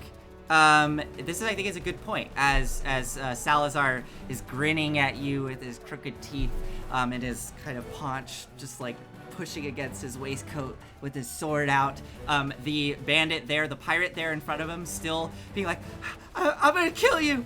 And this is where we'll take a quick break. So, yeah, we will be back. Does anybody want to plug anything on our little break here? I know Jack certainly usually does. And I could speak a little bit to our show if you're going to go away. But otherwise, Nathan, you can tell us the group more. Yeah, Oh, so I can sure. quickly do a bathroom break and then I'll be back. I can vamp for a bit here, and then when you get back, you can, so thanks everybody for joining us today on our premiere episode of Dress to Quest. This has been a blast. I'm really proud of everybody here. We've all been working really hard to get this together, and it's been a lot of fun so far. I'm Nathan Kit Kennedy, and you can find me elsewhere. Really, I'm not super online, but the only other place you can find me right now is my other D&D live stream, which is called Story Reckless. We actually stream every Monday night at 7:30 Pacific time. So tomorrow night, if you want to come check us out at 7:30 Pacific. It's a really small group. It is me and two other folks, Claire and Olive. And yeah, we're super roleplay heavy over there. It's very similar to what you see here, but we don't do cosplay. And that show has been kind of my baby for all three of us has been our baby for over a year now. And we are doing the Descent into Avernus campaign. So if you like devils and demonic stuff, then come on over and check it out. Sounds deadly. Yeah, so that's me. I don't know, Eric, if you have anything. Let's see. No, I mean, if we always have new viewers, so this is season 2. We have 4 player characters that are returning from season 1. We had the incomparable Tony Sloan from Nerd Botchery. We were called Nerd Botchery Adventures, and we just wrapped that up. Isle of Dread, and now these folks, as you'll find out reasons why, are in the Saltmarsh, Ghost of Saltmarsh setting, and so that's what you're going to be getting for the next few months, probably. Yeah. And then what else about that? And yeah, we're super committed to cosplay. We're always looking to upgrade stuff. We're going to keep this thing secret as to what's coming. Now, our friend Amy, who is an amazing painter of Dwarven Forge and things, super cool lady, played with us for a while in the Evil campaign, and she had a question, which was, where are you guys in the campaign, Nathan? Awesome. Yeah, thank you. Yes, we are. Where are we? Oh, they have just entered into the Dungeon of the Dead 3, so we are pretty early into the campaign, for those of you that are familiar with it. And there is a lot of, some kind of homebrew mod stuff that's going on, so prior to that, we were doing a lot of other things, and it's kind of bled into this. But yeah, we're just entered the Dungeon of the Dead 3. Yeah. So I'm assuming this is is it Amy or Amy 202? Well, yeah, sorry, I kind of outed her actual first name. It's okay. Yeah, I guess call her Amy from now on. Yeah, but Amy, yeah. One moment, it's Amy. Yeah, it's great to see you. Thanks for joining tonight. I watched quite a few episodes of the Evil campaign. That was a lot of fun. Yeah, it was great. Soul coins. It's Amy from now on. Ivy, got it. Amy, I have to be careful what I say on here in case my players are watching, and they might be. So give away stuff. Yeah. I'm not watching. Yeah, if Olive and oh my goodness, I'm so sorry. I have to say, right now, Claire is out. They just had a kid, so they are a brand new parent on our stream. So we do have a guest star right now. Enyo has joined us, and I just wanted to make sure I call them out because they've been a blast to play with, and just such a great character.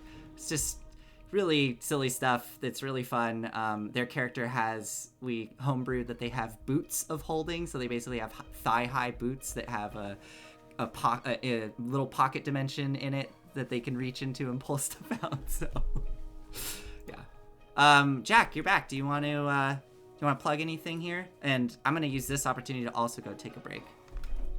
Yeah, just reaching out to people who might be looking to purchase some D&D goodies. I have a business called Project H2. It's a laser cutting and engraving business.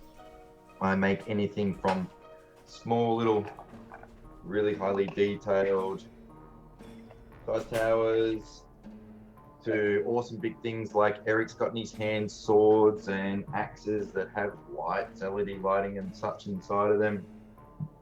And I've recently started investing in basically purchasing goods to sell on a separate part of my website called the Pop-Up Market. And yes, so some awesome new mugs have just come in. So Game of Thrones quality products just come in. They'll be getting put up very soon. And since we've got a new season, I thought I'd better get in on what would be selling. So I got some really cool stuff, and it will be all getting up on there very soon.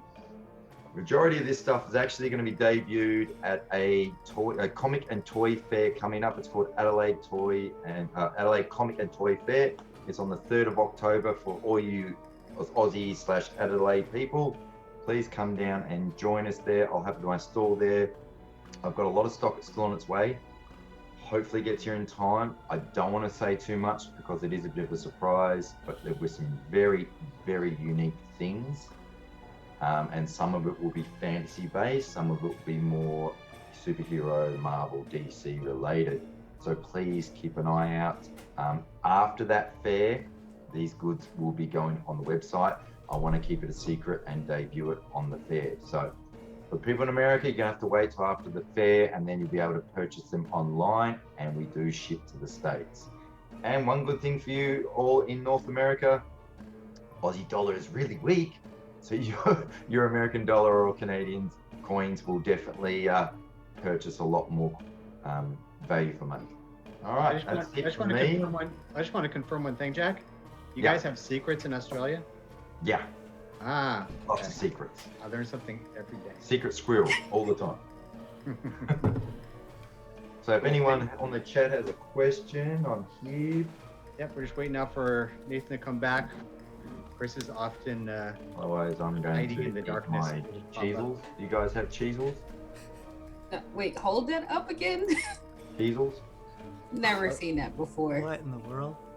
I mean, likes your hair, Rin. I was about to say thanks. I was about to take Yeah. off my ears because it actually does. It just feel. Yeah, just take off my ears real quick. Does her after? They're not your real ears? No, What? they're fake. She's been lying this whole time. Oh my I'm god. sorry, I'm not a I thought you were natural, real. but the hair's real. Thanks, by the way. Amazing. Oh boy. Whew. And Cosmonaut is here too, who is our amazing artist, who's been doing our overlays and Oh, that preview poster and yeah. work with her all the time. She's God, super duper awesome. Yeah, Yeah. Cosmodot. Thank you so much. Incredible work. Yeah. Love, This love, here is love. also real, everybody, just so you know. So Chris, whenever you're ready, if you're yeah. I- Once Chris gets back, we can jump back into the show. Oh, awesome. Uncle's back. I was listening. you just have to summon him. He's like a summoned entity, you know, like a Yeah. rub the lamp. I love when you did that. Like suddenly the water came back into view behind you from the clouds, and it's just like everything came back into view. Yes. Yes. Let me see here. Okay, cool. Let's jump back into this, and we're gonna see what happens. So let's switch back over. Yes, cause we're not amazing. Okay, so we're gonna jump right back into this. So everybody, we left off. Volric and Captain Salazar Snake Eyes were squared off with each other, glaring at one another, and we are now cutting back outside to see Sethreth, who has just disemboweled this ogre from the back. Sethreth, what are you doing? I'm gonna look back at him if No, I no, can. no. Oh yeah, go ahead. I'm gonna go. I curse as the Volok guy just tries to squeeze himself through the door. It's like, hey, musclehead, can you get the hatch in the middle of the ship open for me, please? Pretty please. I'm assuming you're pointing to the And I'm hatch pointing right, underneath. Yeah, we just got flashed. Yeah. like right here. Like I point like right there, and I'm just like pointing right there with my saber. Well, I hope so. I hope Ezed moves quickly because he's got to fall down as I open it. Are they four Yeah, gates? they're four different pieces, so you can pull that one in the corner up, pull it off. So first, for a bit of Hollywood stylizing excitement, I casually start walking over to it. Yeah. I look over to the mage still wound up, and I just double hand my axe at it and let it. And may as well tap into the ability. Awesome. Yeah, go ahead and make an attack with advantage, because she is completely bound right now. I would probably have moved to here. That is so awesome. And then I let rip into her. Well, as I'm doing that walk across, I just kind of casually look over and do the double-handed throw. Let's hope it hits. And I'm doing reckless. Okay. Because it is kind of reckless the way I'm you treating it. you don't have to do reckless if you don't want to, because she is restrained, so you have advantage on this automatically. Even with Great. Yeah, 22. that definitely hits. 17 points of damage as I bury the axe into her. Yes, you just yeah. Go ahead. So I just launch it. It just into the chest and just cuts her like a banana. She's, I'm assuming, dead. Yes, all you hear is as the axe, you just hear a, and she just splits in half, and then I reach down and grab two of the hatches either side and just rip them apart into the air. If they go flying off the hinges, so be it. make a strength athletics check with advantage. Because you have rage, yeah. So, oh yes, definitely. You grab both of them, and they go tumbling And then off. I casually reach out the left hand, and because that's the end of my turn, and the axe reappears in my hand. As it I look down in appears, the hatch. you look down in that hatch. As it appears, there's this like flash of red mist that kind of around your hand. And Sethreth, you're looking down into the hatch, and you see all these faces look up at you with fear as you're looming over them, and you hear this very faint whisper creep into your mind, and it says, yes, kill them all. All right, anything else for you, Sethreth? No.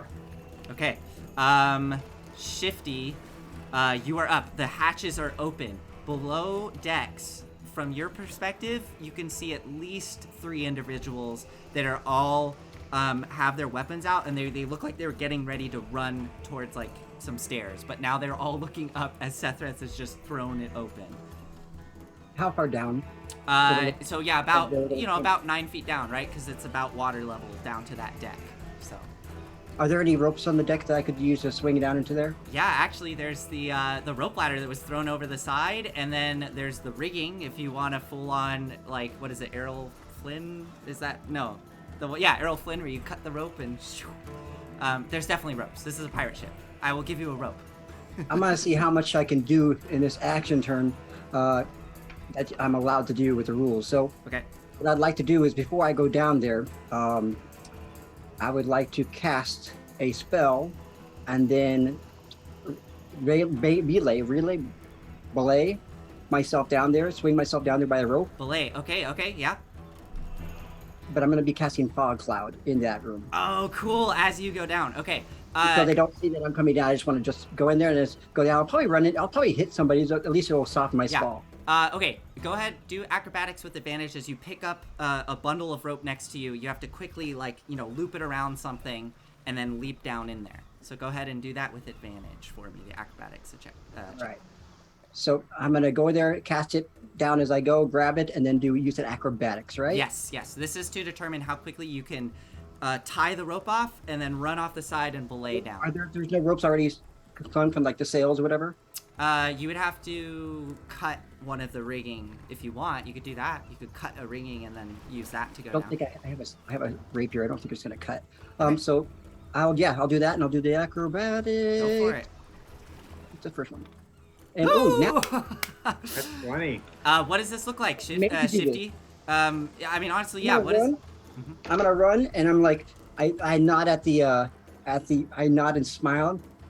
Why don't you do something right?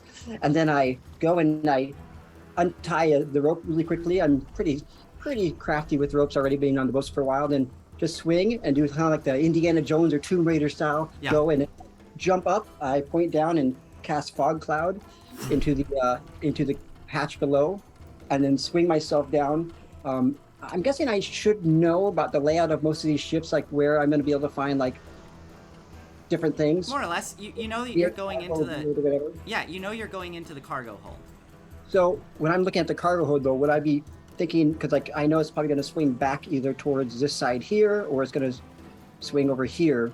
Where would I know that there'd be entrances to other different sections? Sorry, are you wondering where other rooms would be? Yes, with my knowledge of Yeah. boat layout. Let's see. Where other rooms would be? I mean, yes, you would know that the cargo hold typically it's going to be a large space, and there should be to the bow and the bow and the stern of the ship. There should be doorways into other rooms. Typically, those would be doors and not just like open entryways. You would know that to the stern of the ship, there's likely going to be more sleeping quarters for the higher ranking officers, and to the bow of the ship you would know that that's probably going to be the sleeping quarters for the majority of the crew. So And the bow would be the back, correct? bow is the front, stern is the back. I'm pretty confident about that. Somebody can call me out on chat if I'm mistaken. All right. Well, I'm just gonna go then, and I'm gonna probably swing myself to around, I suppose, right around here. Okay, so I'm moving you to a new map as you and swing in. Fog. Yeah, into the fog. So all of you see this fog suddenly billow out of the cargo hold as Shifty just disappears into it. Shifty, you, I don't think you can see through the fog either. So you just are in. I'm expecting probably to either. I'm going to keep my feet in front of me while I swing. You swing down, but with that natural 20, you find yourself alighting atop a bunch of barrels, and you're now in the cargo hold. You hear shouts around you. Ah, where'd he go? And you can feel bodies moving around you. There is a lot of people in here, but none of them can see. So that was your. As he does this amazing feat, Shepard looks down the hole and yells out, "Nice tricks, kid!" You hear that as you drop in. Are there any? When I land on the barrels, is there any section I look like I could probably like slide it behind? My bonus, whatever it's called. Yeah.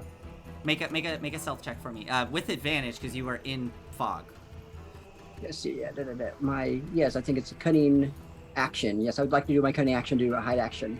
Go for it. And Aspen, you're on deck, so you're going to be next. Stealth, yeah. All right. Got a 15 for you. Awesome. Well, with advantage because of the fog, so you get a 23. Wow. So just with the most light of feet, you land on these barrels and slip down between two of them, and you are now crouched and ready to go. Aspen, unless Shifty, are you good? I don't think there's anything else that I can do. Cool. Aspen, you're up. What are you going to do? I'm gonna follow Shifty into the cargo hold. Awesome.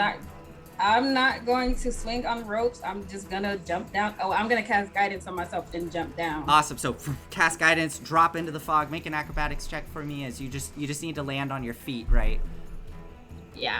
Which slave does she kill? 21. 21. You're fine. So you land onto what feels like a bundle of fabric that you're just kind of standing on. You can feel There are people around you. There's definitely somebody just behind you as you land, and you hear a kind of a surprise shout. What do you do next? I shout out to Shifty. Was it really necessary for the fog? And as a bonus action, I can't see anybody. I can't do a bonus action. So well, what's the bonus action? Is it require sight? I was gonna do a my hex blaze curse. Yeah, that would require. Yeah, sight, so I would need. Yeah, so I have to. Yeah, that's all I can do. Okay, all right, awesome. So you were down in the fog. It's now the bandit that's trying to attack his captain. So he's gonna keep swinging at his captain. And no, natural one. The captain parries the scimitar out of his hand, and it just goes shoot, shoot, shoot, shoot, and clatters onto the ground. He is disarmed. For the sake of simplicity, I'm gonna have all of the other enemies on this ship go on this initiative count because I don't want to roll initiative for all these different creatures. So there is a flurry of activity down in the cargo hold with all of you guys. You hear this like deep voice be like, everybody up top now, and a bunch of boots start boop, boop, boop, boop, against the wood. Aspen, you get an attack of opportunity if you want at disadvantage. Okay. As this figure is darting out of your attack I will range. take that. 15. 15 at disadvantage. That definitely hits. Go ahead and roll. Okay. Yeah, roll your damage. I have 8 damage. 8 damage. Okay, it doesn't quite kill him, but it really hurts him. He stumbles. Oh wait, I'm sorry. It's supposed to be 8 plus 5 plus my charisma modifier. Okay, so because I have. Yeah. I'm sorry. Move. Just go out. I trust you. It's actually added on there. It's on there. If you look at the breakdown, it says you roll. No, that's Hexblade's a 1 curse. for I damage, didn't. plus I didn't 5, use plus it. 1, plus 1. So is it Plus 8 1. damage? It's 8. Yeah, so it's 8 damage Okay. then. Yeah. All right, so this individual is not quite killed by that attack. This one used 15 feet of movement. It is going to pop out of the door next to Sethreth. Boom, the door slams open. You can hear a bunch of movement down below. Yeah, they look at you surprised. Shifty, the individual next to you also moves out of your threatened zone. It's up to you whether you attack or not. What, do you want to attack? I'm gonna do a sneak attack on that guy. Okay, so this will be a straight roll because it is disadvantage because of the fog, but because you're hidden, it's advantage. So it's just a straight roll. So do I have a sneak attack on him too? Oh, definitely, yeah. They have no idea where you are. Then I got a 23. That definitely hits. Roll the damage. So that's 22 points of damage. This individual barely moves, and how do you kill them? Just. Well, I hear some movement as I hear that sound like go up, and I just strike true. Just the rapier just right through their chest, and they just and then fall to the deck. They are dead. And everybody else just basically starts running to get up top. So they're going to run. I'm gonna kind of play a little loose here with movement. Everybody, please bear with me. It's just a lot of people. So y'all will have fun. You do hear Ayize as you hear this door here burst open, and you see 3 individuals come spilling out. The one at the back is this kind of like just like a bulbous sack of a man, almost like a bulldog, and he has a hook for a right hand. He comes running out, and you see him look over his shoulder, and he says, "You better wake up now!" And he comes spilling out onto the deck, and up above you, Sethreth, more individuals come spilling out. Yeah, they can move through ally space. Ooh. Okay, yeah. Sethreth, you get an attack of opportunity as this guy is making room for his allies. So go ahead and make an attack of opportunity. 13. 13. I think that hits. Yes, that definitely hits. This is just basically 16 points of damage. How much? 16. you just chop this guy in half, and he just falls onto the deck. He is dead. You did how much? 16. So there is 5 points of damage left as the guy behind him is running up behind. And for those of you watching, I'm using the cleaving rule in the DMG. It's an optional rule, so you can apply that additional damage to the next guy if you hit him. Roll another attack roll for me. Okay. Oh, yeah. Oh yeah, 25. So you swing the axe as he comes running out, chop through this guy in half. He in 2 pieces just spills out onto the deck. One of the pieces just flops down back into the cargo hold. And as you continue swinging, the next guy that Aspen hit, who's really injured, like coughing, running up, there's just a moment where he goes, ah! And you chop right through him. He is also taken down, dead. So Big mist of red blood goes everywhere. I'm drenched. Yes. So these individuals are both dead, and behind you see another pirate coming out, but they had to use all their movement just to get up onto the deck. Okay. That was all of those. The flurry of activity. They all make it up top to defend the ship, and they don't have any actions left. They do have movement. These guys are gonna swarm in, and they're gonna surround. Yeah, they're gonna stand on these grates. They're gonna come swarming in around Aize, and the big fellow will run up. Yeah, I mean, they're just gonna swarm in. They come swarming in around Aize. All these individuals just come running through. Okay, that is all their turns. She's dead. And Rin, you're up. You see all these people come running out. The one big kind of bulldog guy comes running up right in front of you and looks at you smiling, and you just smell this awful breath come off of him, and he goes, hello, pretty. What are you gonna do? First, and then Bert from the previous attack, still hanging around the body, comes back around to do a claw attack. Awesome. On the that guy? Yeah. Okay, go for it. I could just roll with the 20s. We'll get the character sheet eventually. Yeah, roll a d20 and add 5 to it. That will not hit. Oh. So yeah, so Bert comes flying in and tries to scratch at this guy, and he just kind of bats Bert out of the way, who all right, that was Bert. All right, and I'm assuming I'm shooting with disadvantage because he's right in front of me. If you use your bow, yes. All right. First, we'll do without sharpshooter, and if I hit, I'll declare favored foe. Okay. If I hit, not with disadvantage. I hope that didn't sit out. There we go. Still, Wow, a 22. That's me with disadvantage. And you do 22 points of damage. Oh my goodness. Okay, We should have warned you about Rin, by the way. I was gonna say, this is a great test for me. Wait. To be fair, that if that's with sharpshooter, I didn't get rid of all of it. So ignore the sharpshooter because I didn't add that -5 to it. So you have a 24, right? But I didn't have the box that said -5. But you do not have the plus 10. But you don't have the plus 10. Okay, so it's just 12 points of damage, which is still a lot. Yes. Only, yeah. What I was about to say though is that this is a great test. Oh yeah, Mara Rangers are the best. Mara plays a ranger, and yeah, as you can tell. I like being in the back. What I was gonna say before we move on is that this is a really great test to get an idea of how all of you are scary D&D monsters. Really, you all are the monsters.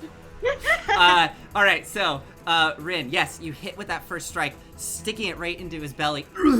What do you do? You have one more attack, right? Yeah, she just she doesn't really have any room. Yeah. But kind of like shuffles as if to get like just an extra inch and pulls back her bow once again. Go for it.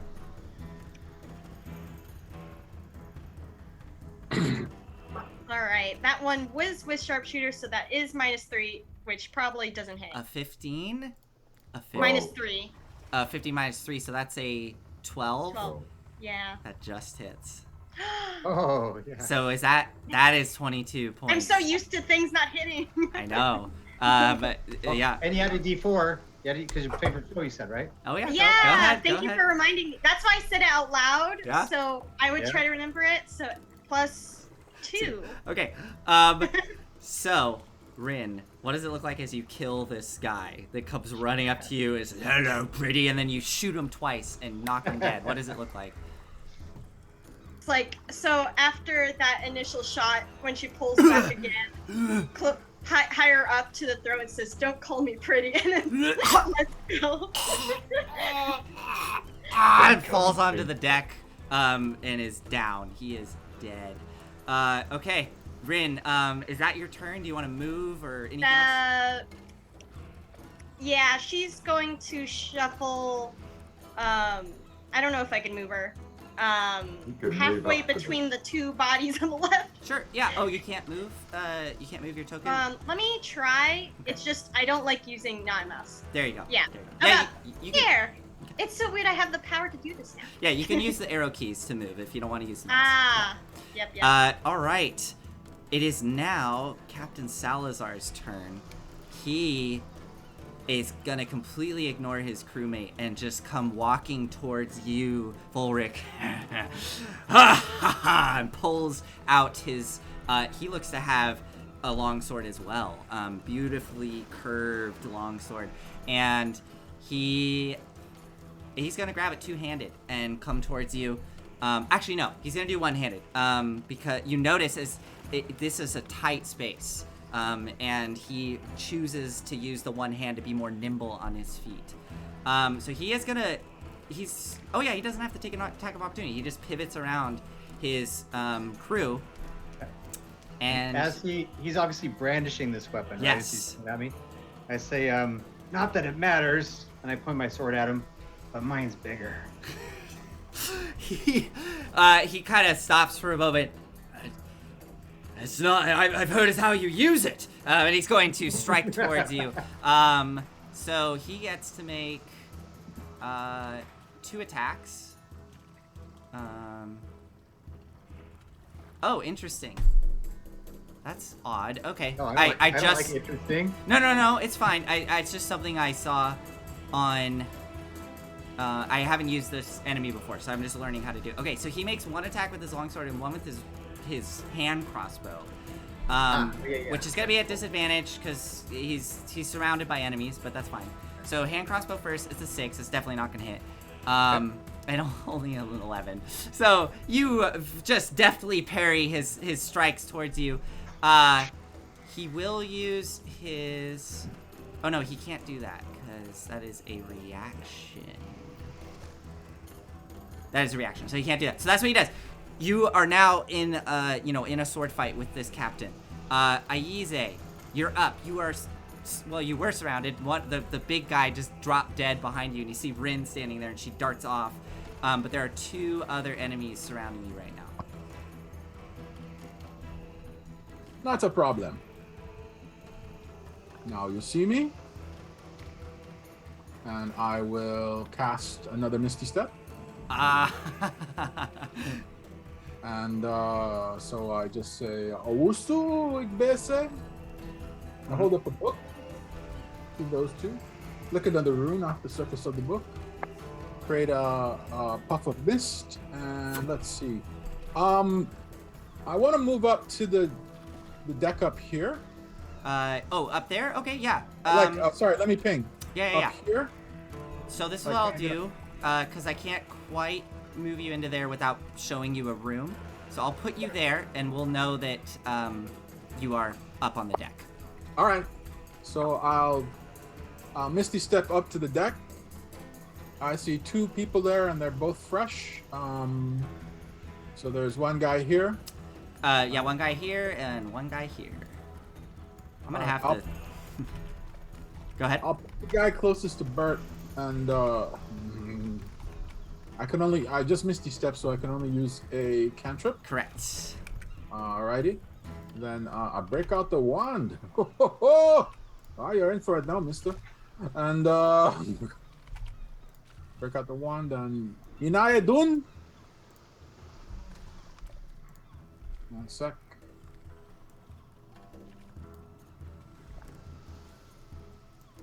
I'm like, And I'm casting a firebolt.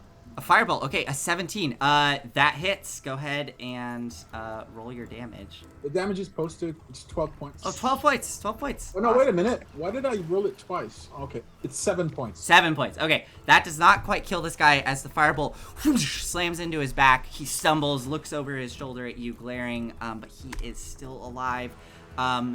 Anything else for you, Aize? Yeah, I don't want to be standing at the top of the stairs in case someone rushes me. Okay. So I'll just move down to here. It's assumed that I'm up here. I'm up top, You're right? up top. Yeah. I got you. So you're Okay. up on the forecastle looking down. Got it. All right. Okay. That's my action. Awesome. Okay. Volric, you're up. All right. So as I deflect it, I say, well, if it's smaller and you can't use it, sucks to be you. And then I'm going to cast Dissonant Whispers on him. Okay. So he needs to make a Wisdom saving throw. Okay. Again of 13 or 14. I think it's 13. You got a 9, so he fails. Okay, cool. All right, so he'll take 3d6 damage. Okay. And then choose 3 dice. So he takes 9. Yep, takes 9 points of damage. And then he, of course, as you probably know, he's forced to move backwards as a reaction. Yep. And when he does, I get an attack of opportunity on him. Do you if it's force movement? I thought if it's force It's not- movement. No, yeah. So this is. I mean, we could talk about after also. It's been discussed online, like with the designer people. Go for it. 'cause it's Just not yeah. forced. I believe. I It's- trust you. Just go for it. Yeah, because it's quote voluntary. Yeah. Go for it. Do it. Okay, cool. All right, so then I will attack him with the sword. Are you attacking one-handed or two-handed? I will attack one-handed because it sounds like it'll be disadvantaged with 2 hands. Yeah. As you are wielding the sword with 2 hands, you realize it's really tight in here, and you Yeah. bring it out one-handed. Go for it. Yeah, and I've been missing a lot today, so I'm gonna go for the one hand. I don't want to make it worse. Here we go. Hey, nice. Nice. Okay. Okay. So not a natural 20, but still 20. So that's a total of nice because my giants rolled a d6 for my giant's might size and 12 max damage, so it's 18 points of damage on top of the 9. Yeah. So you say this dissonant whisper in his head, and he clutches at his head and goes, "That's so mean," and he kind of stumbles away as you slash into his back, and he continues to stumble, bleeding. He's still up, but he looks really hurt. And then I'm going to turn to his crony. Yeah. And I say, you may be sniveling, you may be of no use, but I'm going to give you inspiration because of our truce. And I give him Bardic Inspiration as a bonus action. Okay, awesome. he like looks at you and nods and is like, yeah. So he's gonna do, when he gets to his turn, he has that. Sethreth. Volric, if you are done, Sethreth, you are up. So, can you describe the character in front of me?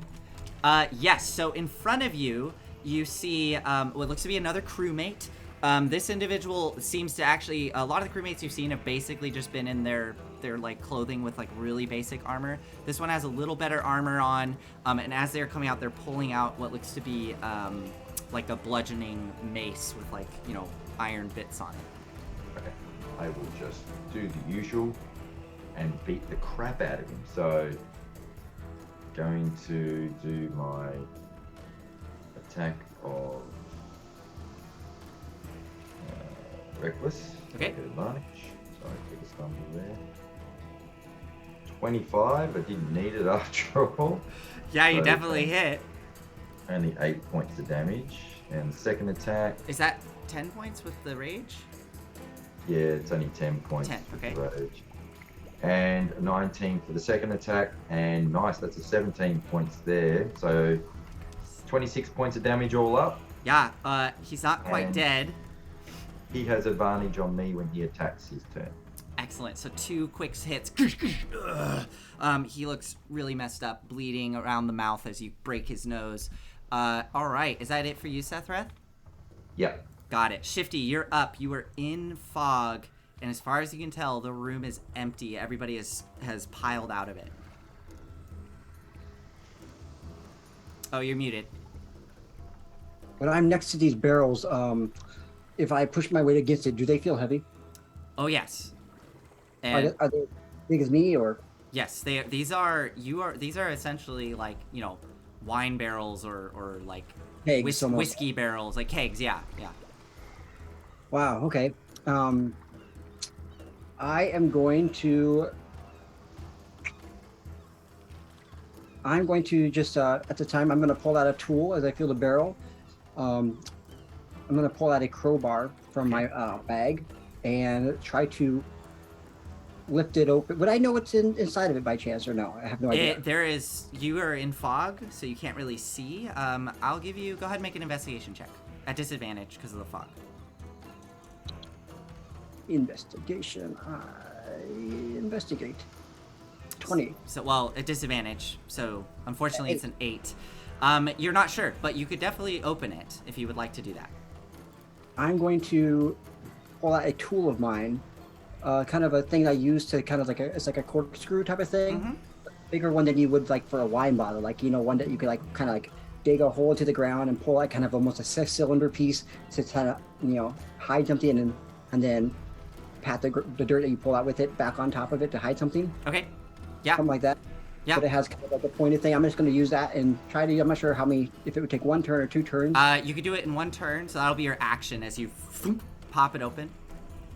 Well, I'm not going to try to pop open the cork on this thing. I'm actually going to try to drill into the bottom of it. Oh, you want to drain it? And try to dig into the bottom of it to make it whatever's inside of it come, leak out like grain or whatever. Yeah. So you do that, and come spilling out.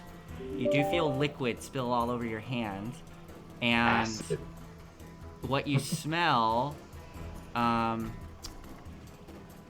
Okay, yeah. What you smell is a strong scent of wine. There is a lot of wine that's just spilling out of that hole onto the deck. Okay. Then, with that being said, then I'm going to. With that being said, then I'm going to look at, smell that, and say, okay, and I'm going to then just I can only do like 1 per turn, correct? Yeah, that would be one action to do that. Yeah. Did I hear Aspen come down with me? Did she say anything when she came down and killed that? She did. Yeah, she said something about like, what did you really need the fog? So you know that she's in the room with you. So I say, yes, we need the fog. But then I decrease it. Or I guess there's some of it's already up on top too. But I don't decrease it. I say, what are we gonna do with this? There's so many. Aspen. To Aspen. I don't know. We'll think of something. Okay.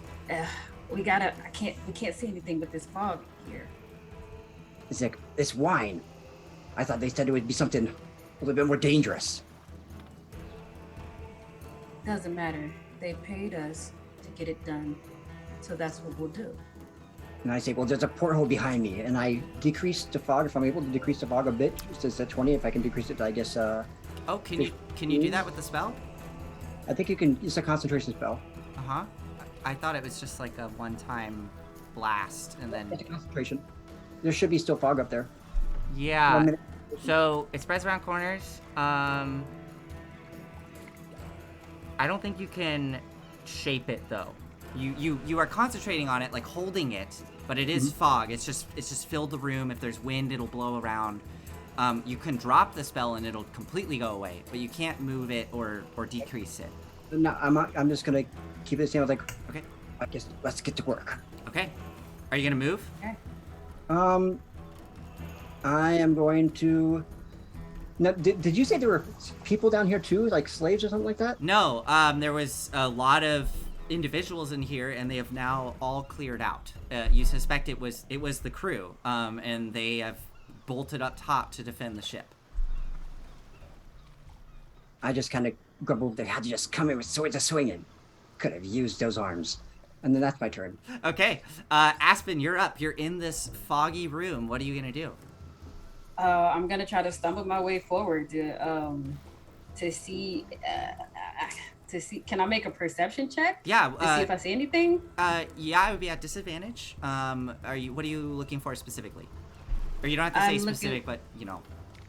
I'm looking for I guess a specific barrel. Okay. Go ahead, do it at disadvantage. Okay, and I still have guidance on. Okay. I think that lasts a minute or something. If you use it and you already used it for. I didn't use it for my last roll. Go ahead. Yeah. Okay, perception. So that's an 8. You can add the D4 if you want. 9. 9. No. Okay. Yeah. This room is entirely filled with fog. Like it is. Essentially, it's heavily obscured, so you're just seeing shadows and shapes. You do feel there's a lot of barrels in here, but you can't make out really any details. Okay. Would that be considered my action to look around? Well, yeah, it would. I guess. Yeah. Yeah. And I can't do anything as a bonus action, so that's all I can do for right now. Okay. So now it is all of the other remaining crew. So you hear more footsteps and shouting as Aize, you see 4 more individuals come spilling out of that same area. You see one of them is literally running out and like pulling his pants up as he's coming out and pulling his sword out. But 4 more individuals come spilling out, so they use their movement, 30 feet of movement to get up there, and they will dash to get up and start surrounding folks with their blades out. They cannot attack this round because they had to use all their movement. God, can this one make it all the way to here? Yes. But Rin, go ahead and make an attack of opportunity if you want. Right. And the ones that were already up there. You have to use your sword, by the way, Erica. Yeah, that's what I was like. I'm gonna have to hunt for where that is because I never use it. It's on your character sheet. So it should be right above your bow. It isn't, but I think I could figure it out. Yeah, you could just wear it's a short sword, so it would be your dex plus your proficiency. So that's If you scroll down to your item names, you might not have ticked the box for the weapon. As soon as you tick it, it will appear in your combat area. It's a +6, by the way, Erica. So. Yeah, it's not adding, so I'm just gonna roll. Yeah, go ahead, roll a d20 and add 6, and we'll see if you hit. So many windows. I could do this. Okay. Rolled. 6. 14. That hits. Go ahead and roll your damage. Erica, it's a d6 plus your dex, so that's +3. So 6 points of damage. You slash this individual as they run past. Sethreth, these 2 individuals in the armor and the maces, they surround you and they just start wailing on you for a 19 to hit, a 16 to hit, a 14 to hit, and a 22 to hit. Do those all hit? Oh, you're muted? Except the 14. I'm not wearing my breastplate because I did the big swim, so I have an armor class of 15. Got it. Okay, so that is 3 hits on you. Okay, this is 1d6 plus 2 for each of these. 6 plus 2. Is it the death of Sethreth? Boom. That is 13 points of damage, bludgeoning, so go ahead and reduce that for your rage. Yeah, buddy. Okay, that was them. So they just start wailing on you, Sethreth, and you just taking the hits. Is that all you got? Amazing. And then the one across the way is going to take a light crossbow out and fire it at you at disadvantage because Bert is there harassing. It does not hit. That is... Oh, and now the guy that's fighting the captain that's still charmed stumbles over, picks his sword up, slashes towards the captain, and is going to have inspiration on this. So it's Bardic inspiration. Bardic inspiration. So +6 if you need. Okay, so plus a d6. got a 15, and I will definitely add that d6. Come on. 18 definitely hits. Yes. Yes, and he's gonna do. I just see if this guy has anything. Nope. Okay, so it definitely hits. He gets to do it's not that much damage, but hey, we'll see. Okay, yeah, a d6 plus 1. Here we go. So 2 damage. He slices him across the cheek. Good. All right. Next is Rin. You are up. You are surrounded. I keep moving and people keep coming towards me. Okay. It's like I'm a ranger. So, yep. All right. So, I know by the icons what I'm looking at, but can you remind me exactly what type of folks are around me? Yeah, so you have to the left and right of you, or the east and west of you if you're looking at the map, you have 2 what just look to be sailors. You know, they have basically sailors' outfits on, and they have scimitars. Directly in front of you, you see this muscle-bound woman come out that's wearing leathers, and she has a big great axe, and she comes out and looks at you and kind of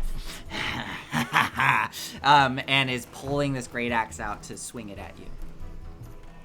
Fun. All right. So I'll send out the bird. Okay. Who is the bird attacking? The tallest one. Okay, the lady. Go for it. Oh, that's a 2. Bert gets that's +5, but still doesn't. Bert gets advantage, flanking Oh. flanking with you, flying into position. All right, this has to be better. 14 plus 5 is 19. That definitely hits. Right. Yep. Roll your damage. Double checking d6. D4 +5. 4 + 5. Thank you. 5, 6, 7, 8. 8 damage. All right, awesome. So start scratching at her as she kind of lets out a sharp breath of pain. What do you do, Rin? All right, pulls out an arrow, shooting with sharpshooter. Okay, Disadvantage. Yep. So this is double. Yep. All right, if this hits, declaring her favorite foe. This definitely hits. All right. Oh my god. Yes. The luck continues. Yep. Okay, that's The a 20, continues. So 21 points of damage. Go ahead and roll your second attack. All right. And if I'm doing this correctly, that means if I hit again, I get extra damage as well. Yep. Rolling with disadvantage. No, natural 1 does not. It just, she ducks out of the way as the arrow goes wide. Okay. Is that it for you, Rin? Unfortunately, unless I want 3 people to attack me again. Okay. The captain, again, is gonna, run up and just try to get you, Volric. Probably is not gonna hit. Yep, both miss. The crossbow bolt just ricochets off your armor, and the sword... Go ahead. I deflect the sword again. King! Not too late to surrender. I'm just warming up. All right. That was him.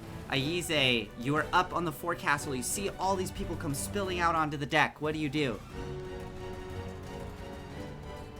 I say they're all picking on our favorite little elf. That's not very nice. Shoot. Aize, I'm gonna fireball those fools down in the hold, but it'd probably be a bad idea to do it now. But hang on, I'm gonna do a calculation here. Nobody panic. I'm not throwing a fireball yet.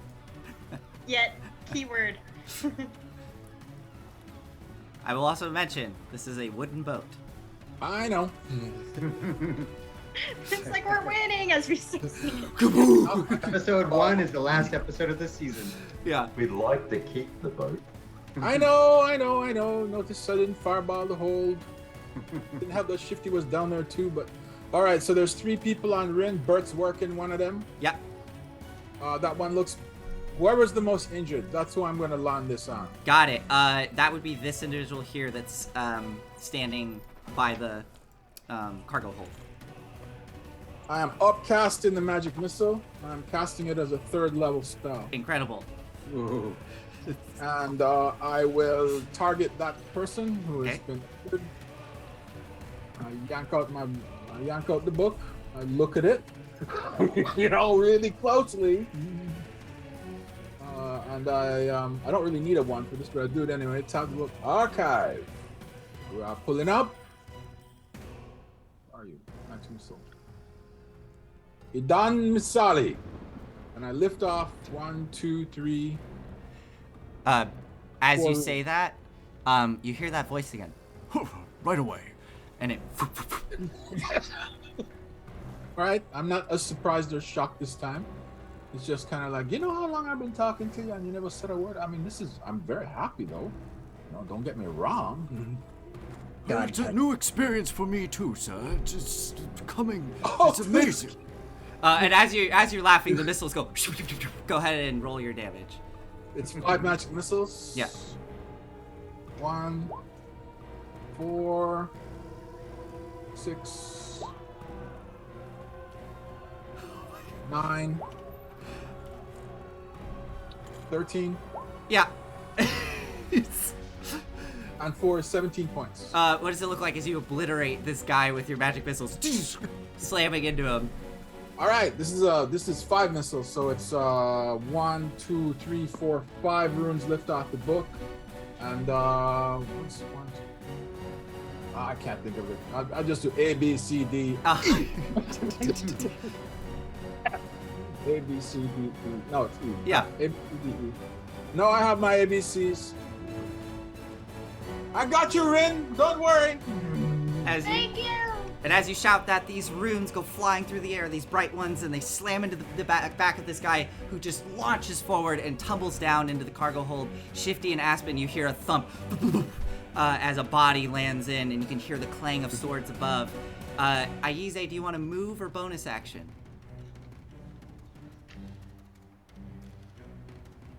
You good? Oh, you muted.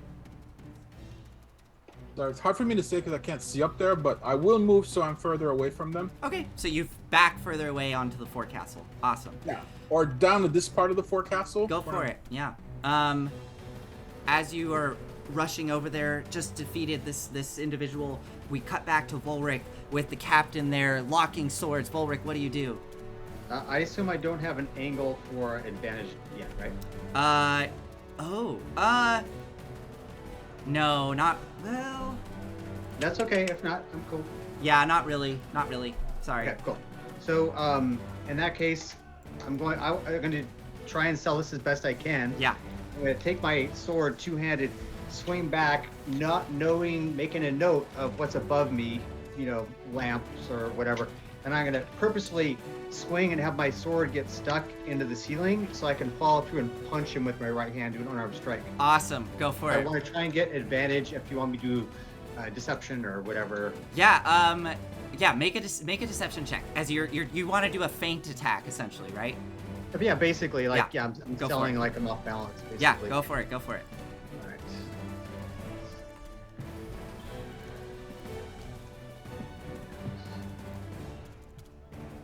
You got this, Volric. Yes. Right.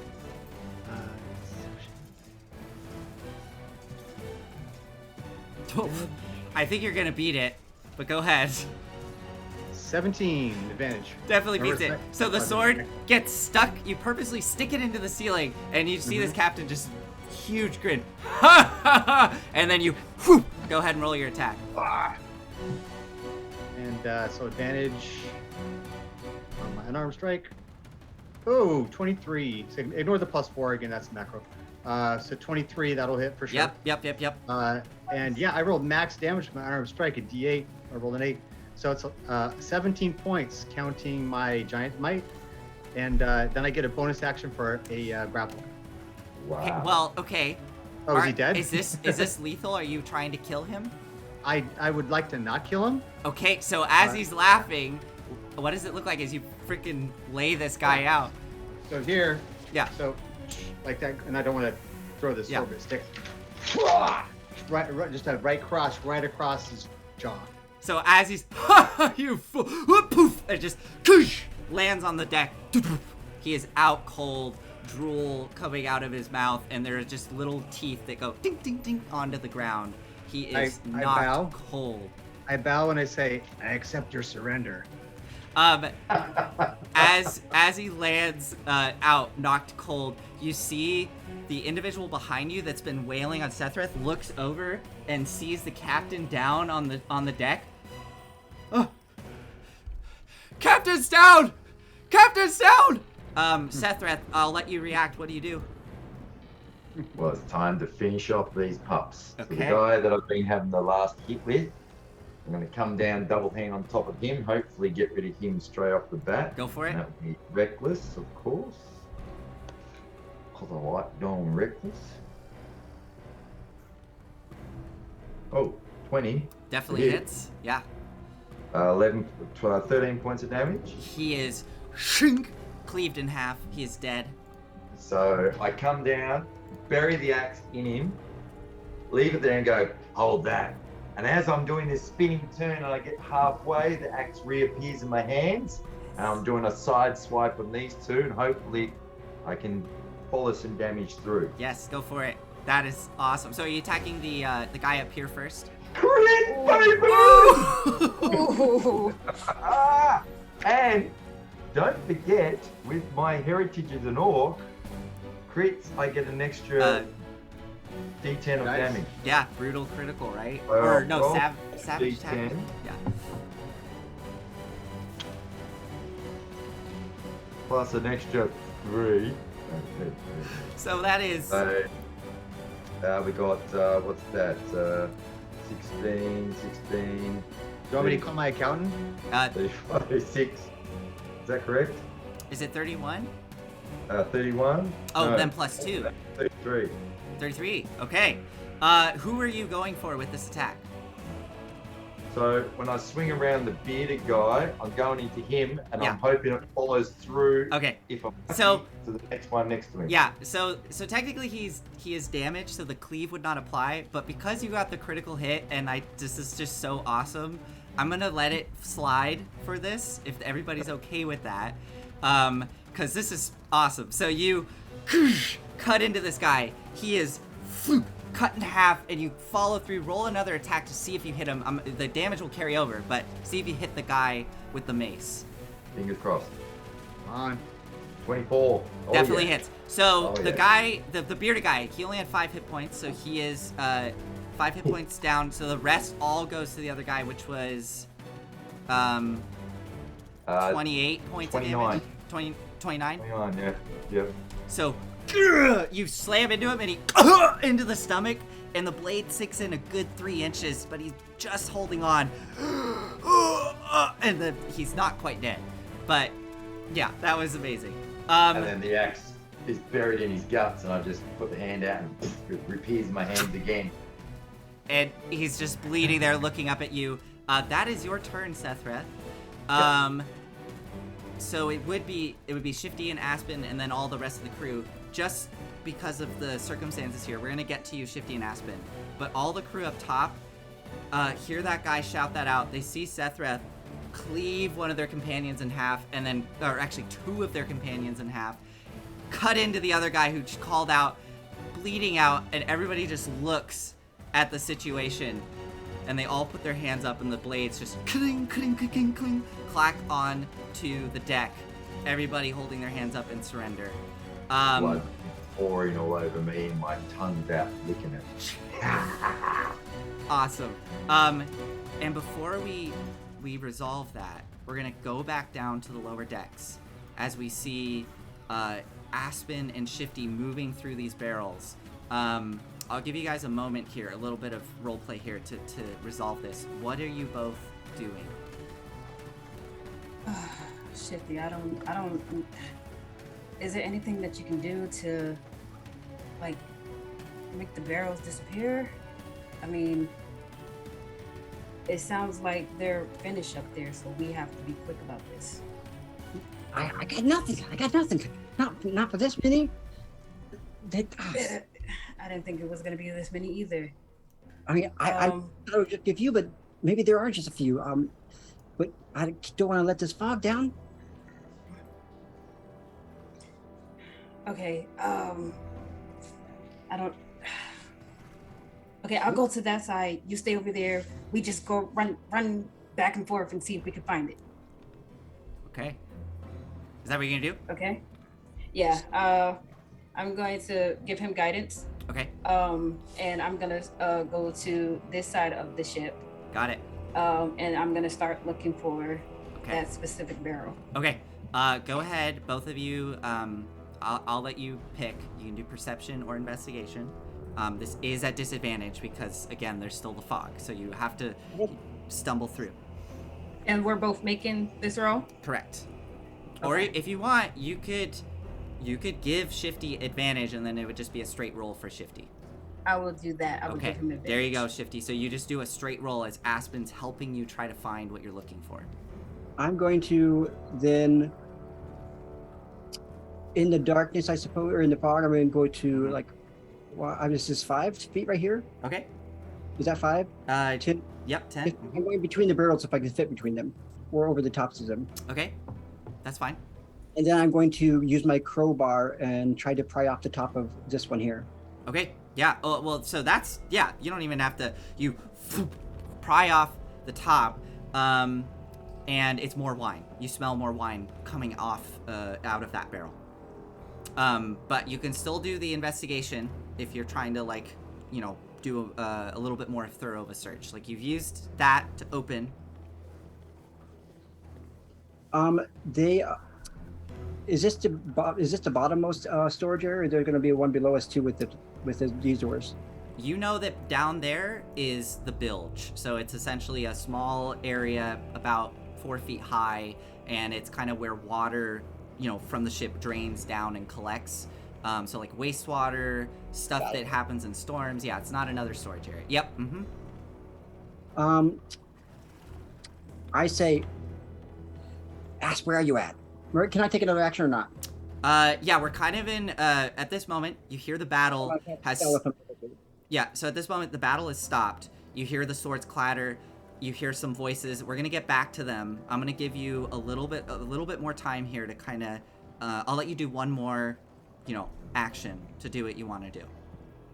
I'll say, Aston, where are you at? I'm on the other side of the ship. And I think when I hear that, I'm going to cast Ice Knife right here. Oh, okay. Make an attack roll at disadvantage for me. Yes. Hopefully I don't put a hole in the ship. And as I say that, I was like, that metalhead better not think he's going to be the captain of this ship once we commandeer it.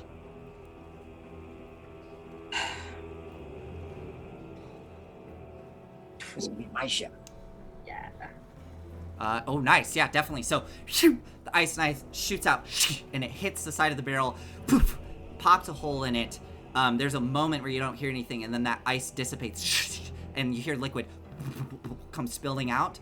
Aspen, you standing on that side, you get a very strong, like, smoky, peaty smell of scotch that's spilling out onto the deck of the hold. I think you found it. I think you... Bingo. Yeah, you can drop the fog now. Do your thing first, then I'll lift it. Okay, Aspen, what do you do? I start casting Eldritch Blast on the rest of these barrels. Okay, so now we're gonna cut back upstairs as Aspen, you start to, with a flash of light. What is the light, like a purple light? Yes. Flash of purple light in the fog. You start bursting these barrels open, and we're gonna cut back upstairs. Let's go to, I'm gonna cut to this actually. Let's go to Volric first. So Volric, What are you gonna do? You're in the captain's quarters. He is laid out unconscious. What are you doing? I'm gonna lean down, and as I lean down, because I can tell by the sounds and the call outs that they're surrendering. Yes, right? yes. And I mean, you look over your shoulder and you literally see people dropping their weapons, holding their hands up. So I'm gonna kneel down, and I'm going to, as I do, I'm going to shrink to regular size. Okay. And I'm going to throw the captain over my shoulder. Okay. Because I still have a good strength. And then I'm going to walk back out to the top deck. Okay. And I say to Sniveler, I say, "You coming?" Yeah. And he follows behind. Okay. I walk out, and then I see the carnage. It's a mess. I say, I missed all the fun. Well, Yeah, it was bad, mate. Blood and guts everywhere. Where's Shifty and Aspen? All right. Down below. And at this point, as you say that, all of you kind of hear below these muffled, like, poof, poof, poof, and you see flashes of purple light. Don't know what they're doing, but they've been down on their own, not helping us up here fight at all. Well, as long as they're all right. And I'll drop the body on the deck, and I say, this one's worth a reward. Who has rope? The body drops. And as it drops, that tricorn hat has fallen off, and as they land down, they had these like thick black curls. You just see the wig flop off, and underneath is just like a mess of like gray and pepper like hair with a big old bald spot. I do call out. Sorry, just wanted to stop. They've also surrendered at this point, right? Yes. Okay, I pop open archive. Mm-hmm. I'm going to I'm setting up for detect magic. Okay, so you start going through and you hear, Oh, wonderful. This is a good one. all right. The rest of the group is probably wondering why I'm laughing like that, but whatever. Actually, yeah. Rin, you actually do hear that voice. It's not just Aize that's hearing it. It's quiet from where you are because you're across the deck, but you do hear another voice coming from where Aize is as he's doing this. All right. So I will pull up I'm gonna use my. Oh, sorry, I interrupted you, Nathan. No, you're good. You so go ahead. You can cast. I'm using my. Hang on one sec. Order of Scribe's ability to cast this at its regular. It's not at ritual speed, but at its regular speed. Oh no way! That's super cool. So it's just an action. Yeah, I can do it once per short rest. Very cool. So I will. Here, I'll post that in Cool. 20. So you Once per long cast rest. it. Right. So I cast the spell. I'm sorry, detect magic, Mm-hmm. and I'll VTT that. So you cast it and focus as you hear Archive kind of chuckling. I think I do detect something. Over that way. Take a look. And you feel your head almost get like pulled in a direction.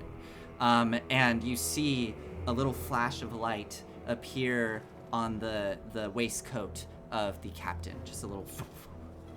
All right. I pointed out, and I say, getting warmer. Okay, oh, you pointed out to I the see it's rest. on the waistcoat. Never mind. I'll walk over there and say, Volric, the unconscious guy there. Check his waistcoat. He has something interesting. It's magical. Oh, I don't walk over there because Yeah. I don't want to fall in the holes. Probably a imitation cod piece. I'll go down. Well, then it's a magical imitation cod piece. All right. While they're all doing that, I will get all the surrendered pirates and tie them up on the mast to make sure they can't do any harm. Got it. So you start doing that. You start tying everybody up. Yep. Rin, Get out of there. Leave your weapons. They comply. The charmed one as well goes over and like goes over up to the mast as you start tying everybody up. Just leave me. Yeah, you too. I don't trust you. We might let you live though. I got it. Rin, what are you doing while this is all happening? Probably not doing any of the tying, but just kind of like handing off the rope every now and then at the end of the line next to Sethra. Okay, so you two are tying them all up. Volric, do you want to do anything with the body? I'm checking that waistband. Got it. So you reach into the waistcoat and you pull out. Let me find it. Hold on. This is partially why I do things digitally. I can just do a search function. This might take a while. It's small. No. What you find is you do find a kind of long cylinder, and you pull it out. And what you find yourself holding, it looks like a pipe, like a tobacco pipe. And it has like really intricate engravings on it that show little like swirling bits of smoke, and within the smoke you can see little figures engraved of like, it looks like knights fighting and like a dragon on the other side. And I show to him, you must mean this.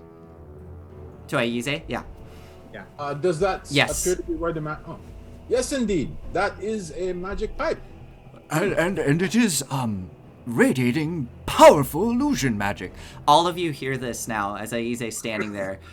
This voice is coming from the book, and you kind of see the pages go flutter as it speaks. And it is radiating powerful illusion magic. Aize, your book cursed? Don't say that. Yeah, the book goes, Here? the book goes, I am not cursed. I just took me a while to wake up. Should I kill it? No! This is part of being an author of scribe. This is an awakened spellbook. Sorry, I didn't mean to refer to you in the second person. It's This okay. is It's quite Archive. okay. I'm referring to you. This is Archive, my awakened spellbook. It just took a while for Archive to awaken. Not That's all. black magic? Not black magic? No. It's a black man casting magic, but this is not black magic. This is Archive. Oh, if you say so. I go back to No, I mine. assure you. Thank you for being helpful, Archive. Archive pointed that out to me, the magic pipe. Would you like me to determine what it is or what its abilities are, or would you rather just use it and find out the hard way or good way, depending? I like a nice surprise, but I also like a nice magic item when I toss it to you. okay. So you catch Okay. it. This time it'll take me 10 minutes, but I'll do an identify spell on it. Okay, so you head off into a corner and focus, and Archive is sitting there with you. Oh, yes, this will take a bit of time, but we will figure it out. All right. I say, Rin, I say, let's go see what Aspen and Shifty are about. Okay, so while all of this is... Oh, yeah, go ahead. I'll check the rest of the ship while you're doing on that. Make sure no one's hiding. All right, so you and Rin... Sethrith, you just finished tying up. Rin, you join Volric. You are getting ready to head downstairs while Aize is deciphering this pipe. Downstairs, Shifty and Aspen, you've had a bit more time. So what have you been doing down there? Aspen, you're blasting these barrels with Eldritch Blast. Yeah, so I would have tried to get rid of as many barrels as I can. Okay. And when I start hearing footprints, I tell Shifty to the grate next to me that I'm standing next to, I will try to lift that. Oh, okay. I want to lift that up. I'm gonna give myself guidance because I'm not that strong. Okay. I'm gonna say, Shifty, get over here. Real quick, just to kind of suss this out. How many attacks can you do per round with Eldritch Blast? Just one or? Two. Okay. I can do two. So I will give you, let's see, I'm going to start crossing off barrels, and we will give you, they were talking for a while. I'm going to say that like 75% of these barrels are down, so I'm just going to kind of do this, and these remaining 6 are what is left. And Aspen, you reach down to pull the grate up. Make an athletics check for me. And Shifty, you, an 11 11 won't quite do it. Oh, but you have guidance. Yeah, 14. I don't think that's gonna do it either. It's starting to move. It's gonna take a little bit of time. You're kind of straining to pull it up. Shifty, what are you doing? I'm gonna come towards her voice, and because she said come over here, and I shout out, I just got knocked out of something. I shout out, yeah, get him, got it. She's like, as she's hitting the barrels and stuff like that, and casting Eldritch Blast, I'm just like, yeah, that's take that. Awesome. So And I kind of go over to her when she says, shit, to get over here, and I feel her trying to lift that thing up, so I'm gonna also try to help her with it. okay. So use my- she do you want to give her advantage or do you want to lift it? I wouldn't be able to lift it by myself, obviously. I would try to help her. So either give her advantage or I'd roll it myself. Yeah. So which one do you prefer? It's up to you. I'll let her have advantage. Okay, so Aspen, I'll give you that 18 that you rolled, just to kind of speed things up here. As Shifty comes over to the grate with you, you both get down and start, and it slides off, revealing the bilge below. There's not a pleasant smell coming up from under there, but you now have it open. So he's coughing, and as soon as he lifts the fog and Vorik and Rin come down, I'm like patting his back and I'm just like, it's okay. You had no choice. Okay, so let's resolve that. Yeah. How long will it take us to do this while they're coming down? We'll say that as you lift the grate up and slide it over, you can now hear the footsteps coming to the door, as Volric and Rin are about to enter the room. So what do you both do? Or Shifty, what do you do? And I hear them. Do they announce themselves coming in? I don't know. Rin and Volric, how are you entering the room? So one thing I'd like to modify this slightly. Yeah. So thank you, by the way, to looks like Billy B. 76. Thanks for subscribing. Yeah, for subscribing. Thank you. Hopefully we'll come back and watch our show again. So because Seth Breath was going to search the ship for more people, yeah, I'm going to ask Rin to stay up top and keep an eye on the tied up. Got it. Yeah. So I'll go down. Yeah, and so I'll call out. You'll call out. Okay, so Aspen, Shifty. So you hear Volric calling out, and Volric, I'll move your token just because I got to get you down there. But you end up down in what looks to be another crew quarters, and you can see there's a door there in front of you that's ajar that's leading into this room filled with fog. So that's what Shifty, that's what you and Aspen hear. I'll let you respond accordingly. We're down here. And then I'm just patting Shifty's back as he's coughing. And I'm just like, it's okay. It's okay. I know this was hard for you, but he attacked us. I released the fog, and then I think I'm guessing I'm gonna assume that there's probably some over here as well that are. There are 6 barrels left. Yes. And I look at the fog, and my eyes kind of go, and I go, oh, quick! There's another one right there! And I shout at her as to look, there's another one right there in the corner. And I say that to Aspen. Okay. Towards the barrels. Okay. Yes. Okay. Make a deception check for me, and Volric, you can make an insight check. Perception? Would it be Deception. Deception or performance? It would be deception. It would be deception. Performance would be more, like performing to entertain. Okay, deception's better for me anyways. Okay. Aspen, yes? I'm sorry. No, it's okay. Go ahead. Okay. So, Shifty, you got a 16. Volric got a 20 insight. So, Volric, I'll give you this. As you enter the room right as Shifty says this, and you look in the corner, you don't see anybody over there. Aspen, what are you doing? Where? Oh, Vorik. Okay. Is everything okay up there? Have you seen my friend Shen? Who? Shenanigans? What's going on here? We jumped down. There were people down here. We killed them. What else would be going on down here? I know we're on a boat, but something seems fishy, that's all. Oh yeah, the grate. We had to slide the body into it, so now it's at sea. Am I still not buying this, Nathan? Aspen, you make a deception check for me, Okay. and Volric, you can make Don't one more insight. Don't forget Volric knows ships very well. Yes. 16. 16. Okay, so go ahead and make your Right. insight. Here we go. Surely Volric gets an advantage. This is more. This Nope, isn't that time specific it about the worked. ship. So yeah, you believe Aspen. Nobody All believes. right. Yeah. I believe you, Aspen. I mean, Where's Shifty? why would I lie to you? Shifty's right here. Yeah, Shifty's- Sorry, he's choking. I Um, dog. I forgot you're short. Sorry. Yeah, you can't see him. So, are we good to go? Yes. We've been able to incapacitate the captain.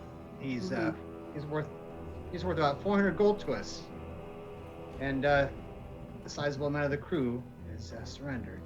Actually, All in all, that's all not in all, all it's a my win. gift for you. That's not only my gift for you, Mr. Volric. He also has a couple what you could call views, mistresses. I'm sure they could get something out of them too if they want to try to, come get them back. It'd be fun to watch them fight over 'em. 50, always about the drama. We will be up there in a moment. Let me just close this grate. Do, Yeah. do I smell or Look at notice my that there's ship. like, We're finally alcohol upgrading everywhere this on the floor? ship. You see my ranky old ship? I'm gonna get a bigger one now. Finally. As Shifty's saying this, Volric, you asked, do you notice the broken barrels? Is that what you're asking? Yeah, well, no, the smell and all. Oh yeah, I mean, yes, the room is very strong smells of scotch and a little bit of wine mixed in there, but it is, you see there is scotch all Smells like over a- the floor. The barrels are shattered. Now, I would say with Aspen's deception, you probably assume it's just, collateral damage from the battle. Yep. But yes, there is. Yeah. I look down and I say, the true carnage of today. Sad. So Well, many seems like lives there's lots lost. of wine over here. No, I'm looking down. Yeah, I'm looking down at the alcohol. Um, so, As you say that, I'm just like, yes. Unfortunately, so many lives lost. yeah. Speaking about this shift, that's the shift. Speaking about this ship, Shifty, maybe we should go back to the council. Maybe in lieu of payment, we can reconnoiter this. I don't think there's going to require a payment. You see, it's kind of the rules of the land here. If somebody commandeers a ship, it becomes your ship. You see, but you can have my old ship.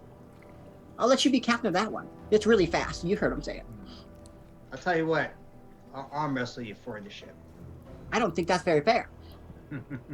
I think we Your should just arm all is as walk big up as and me. enjoy our win. I say we should walk up top deck and enjoy our win. We could talk about this later. All right. He's right. Come on, Shifty. So you all start heading upstairs. Yes, Shifty? Don't let him take away this way from me. We will try. Okay, we'll fight Get for your the own ship, quarters. Okay. And as we're leaving, do I get a sense that we got all the barrels? No, there are 6 left. She threw one Eldritch Blast at least at them. So I basically, in that time, I was trying to determine the amount of time you had. You got the 6. There are 6 left. After I dropped it, I mean. I don't think, Aspen, did you say you fired Eldritch Blasts? I didn't hear that.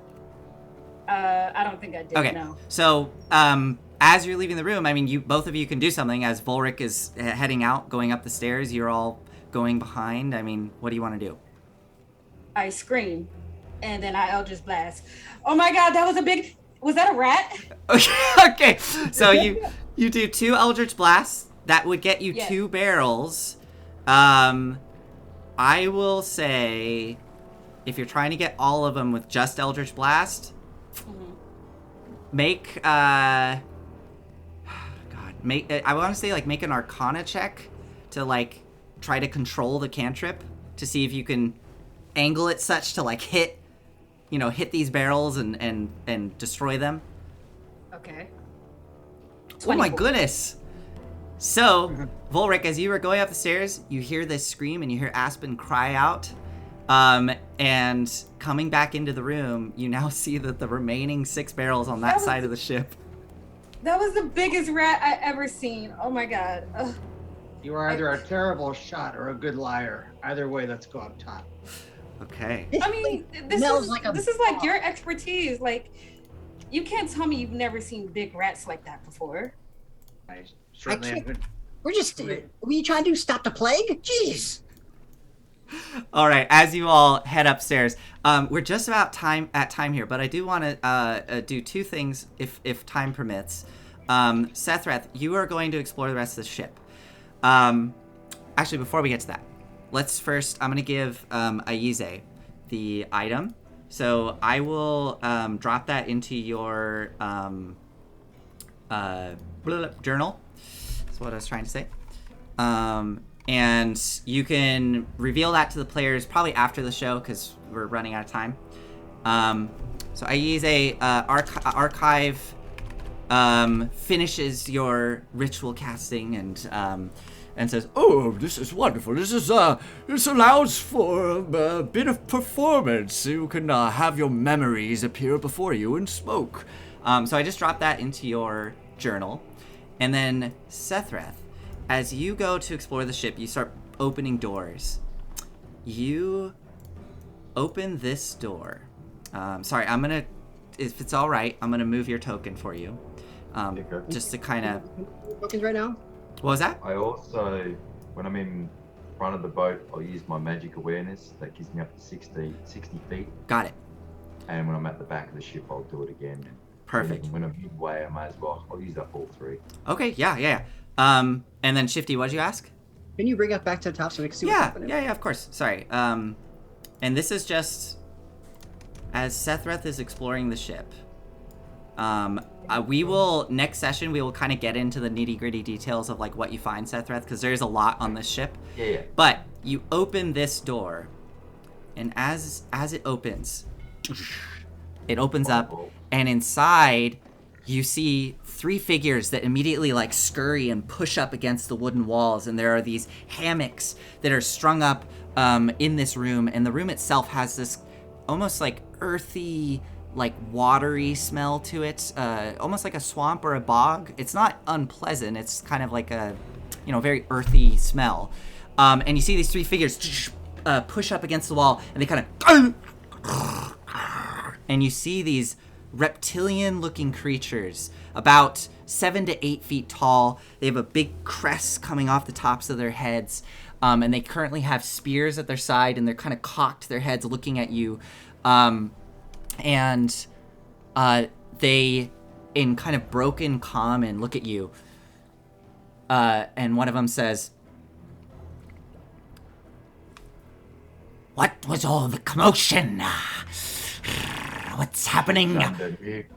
Ship's under new control, buddy. Where are our weapons? You promised us our weapons. And you see these 3 lizard folk in this chamber. One, it has bright green scales with a kind of dark green head crest that's like streaked with lime green accents. There's one that's kind of a mottled brown with light tan underbelly. And the last one has these iridescent black scales with these accents of bright blue that are kind of running throughout. And they all are looking at you in anticipation. And that is where we will end tonight's stream. Banger. And yeah. Thanks, Nathan. This is fun. Thank you. Thank you so much. Yeah, I don't know if there's Eric. I don't know if there's any procedure here. If there's anything we need to say. This is my first time actually DMing on Gen Con, so. Yeah, no. So the DM usually gives all of his credit card information to the viewer. Oh, okay, yeah. Don't No, forget so we the just pin we number. just say goodbye, thank you, and if anyone has a special note they want to drop. Yeah, does anybody want to drop anything? We have a couple minutes here. No? Thank you very much, and let's have lots of fun season 2. Yes. Yeah, we're excited. Well, and I Yes. want to say thank you to Nathan for stepping up. So a lot of people don't know, I've been friends with Nathan for years. I've worked with him in video games, and it's so cool to A, play with him again, and B, to have him step up and take season 2, take all our characters, take the canon, And dang, bang up job in session 1. Love it. It was very combat heavy. I hope that was entertaining to watch. I know combat can be a lot, but hopefully it was entertaining. Next week will probably be a lot more role play. So, but thank you so much, Eric. So yeah, actually we had a question from Cosmrat. Where do we find and follow the folks? So we do have a Facebook group that just started. It's Dress to Quest on. So it's the same as name as our show. And then individually, you guys want to drop anything? You can find me mostly on Facebook. Eric Wahlberg, spelled like Marky Mark Wahlberg, right? ERIK. And that's it for me. I would like to add that we are, alongside Facebook, we are working on making a Twitter account as well. So once that's done, we will post it on our Facebook page. Thank you. Yes, and for all the viewers who are going to follow us going forward, please jump on our Facebook page, Dress to Quest, like and share if you can. But yes, definitely get on and like and follow us. It's only just been put up a couple days ago, so it's still very fresh. It will all grow from here going forward, and we'll share any updates and developments on that page initially. Yes. Thank you. Yes, I guess I will drop, because I would like to promote it. The stream I run on Monday nights, Story Reckless. If you've liked this, if you enjoyed this, it's similar, just minus the cosplay. Great. That's great. We are Story Reckless, story.reckless. You can find us on Instagram, same thing, story.reckless, and we're on Twitter, and we have a YouTube channel where we upload our VODs. Yes, please swing by tomorrow night. We will be streaming. And yeah. Anybody else? We're good? Okay. Thanks, guys. All right. Bye. Thank you. Next Bye. week.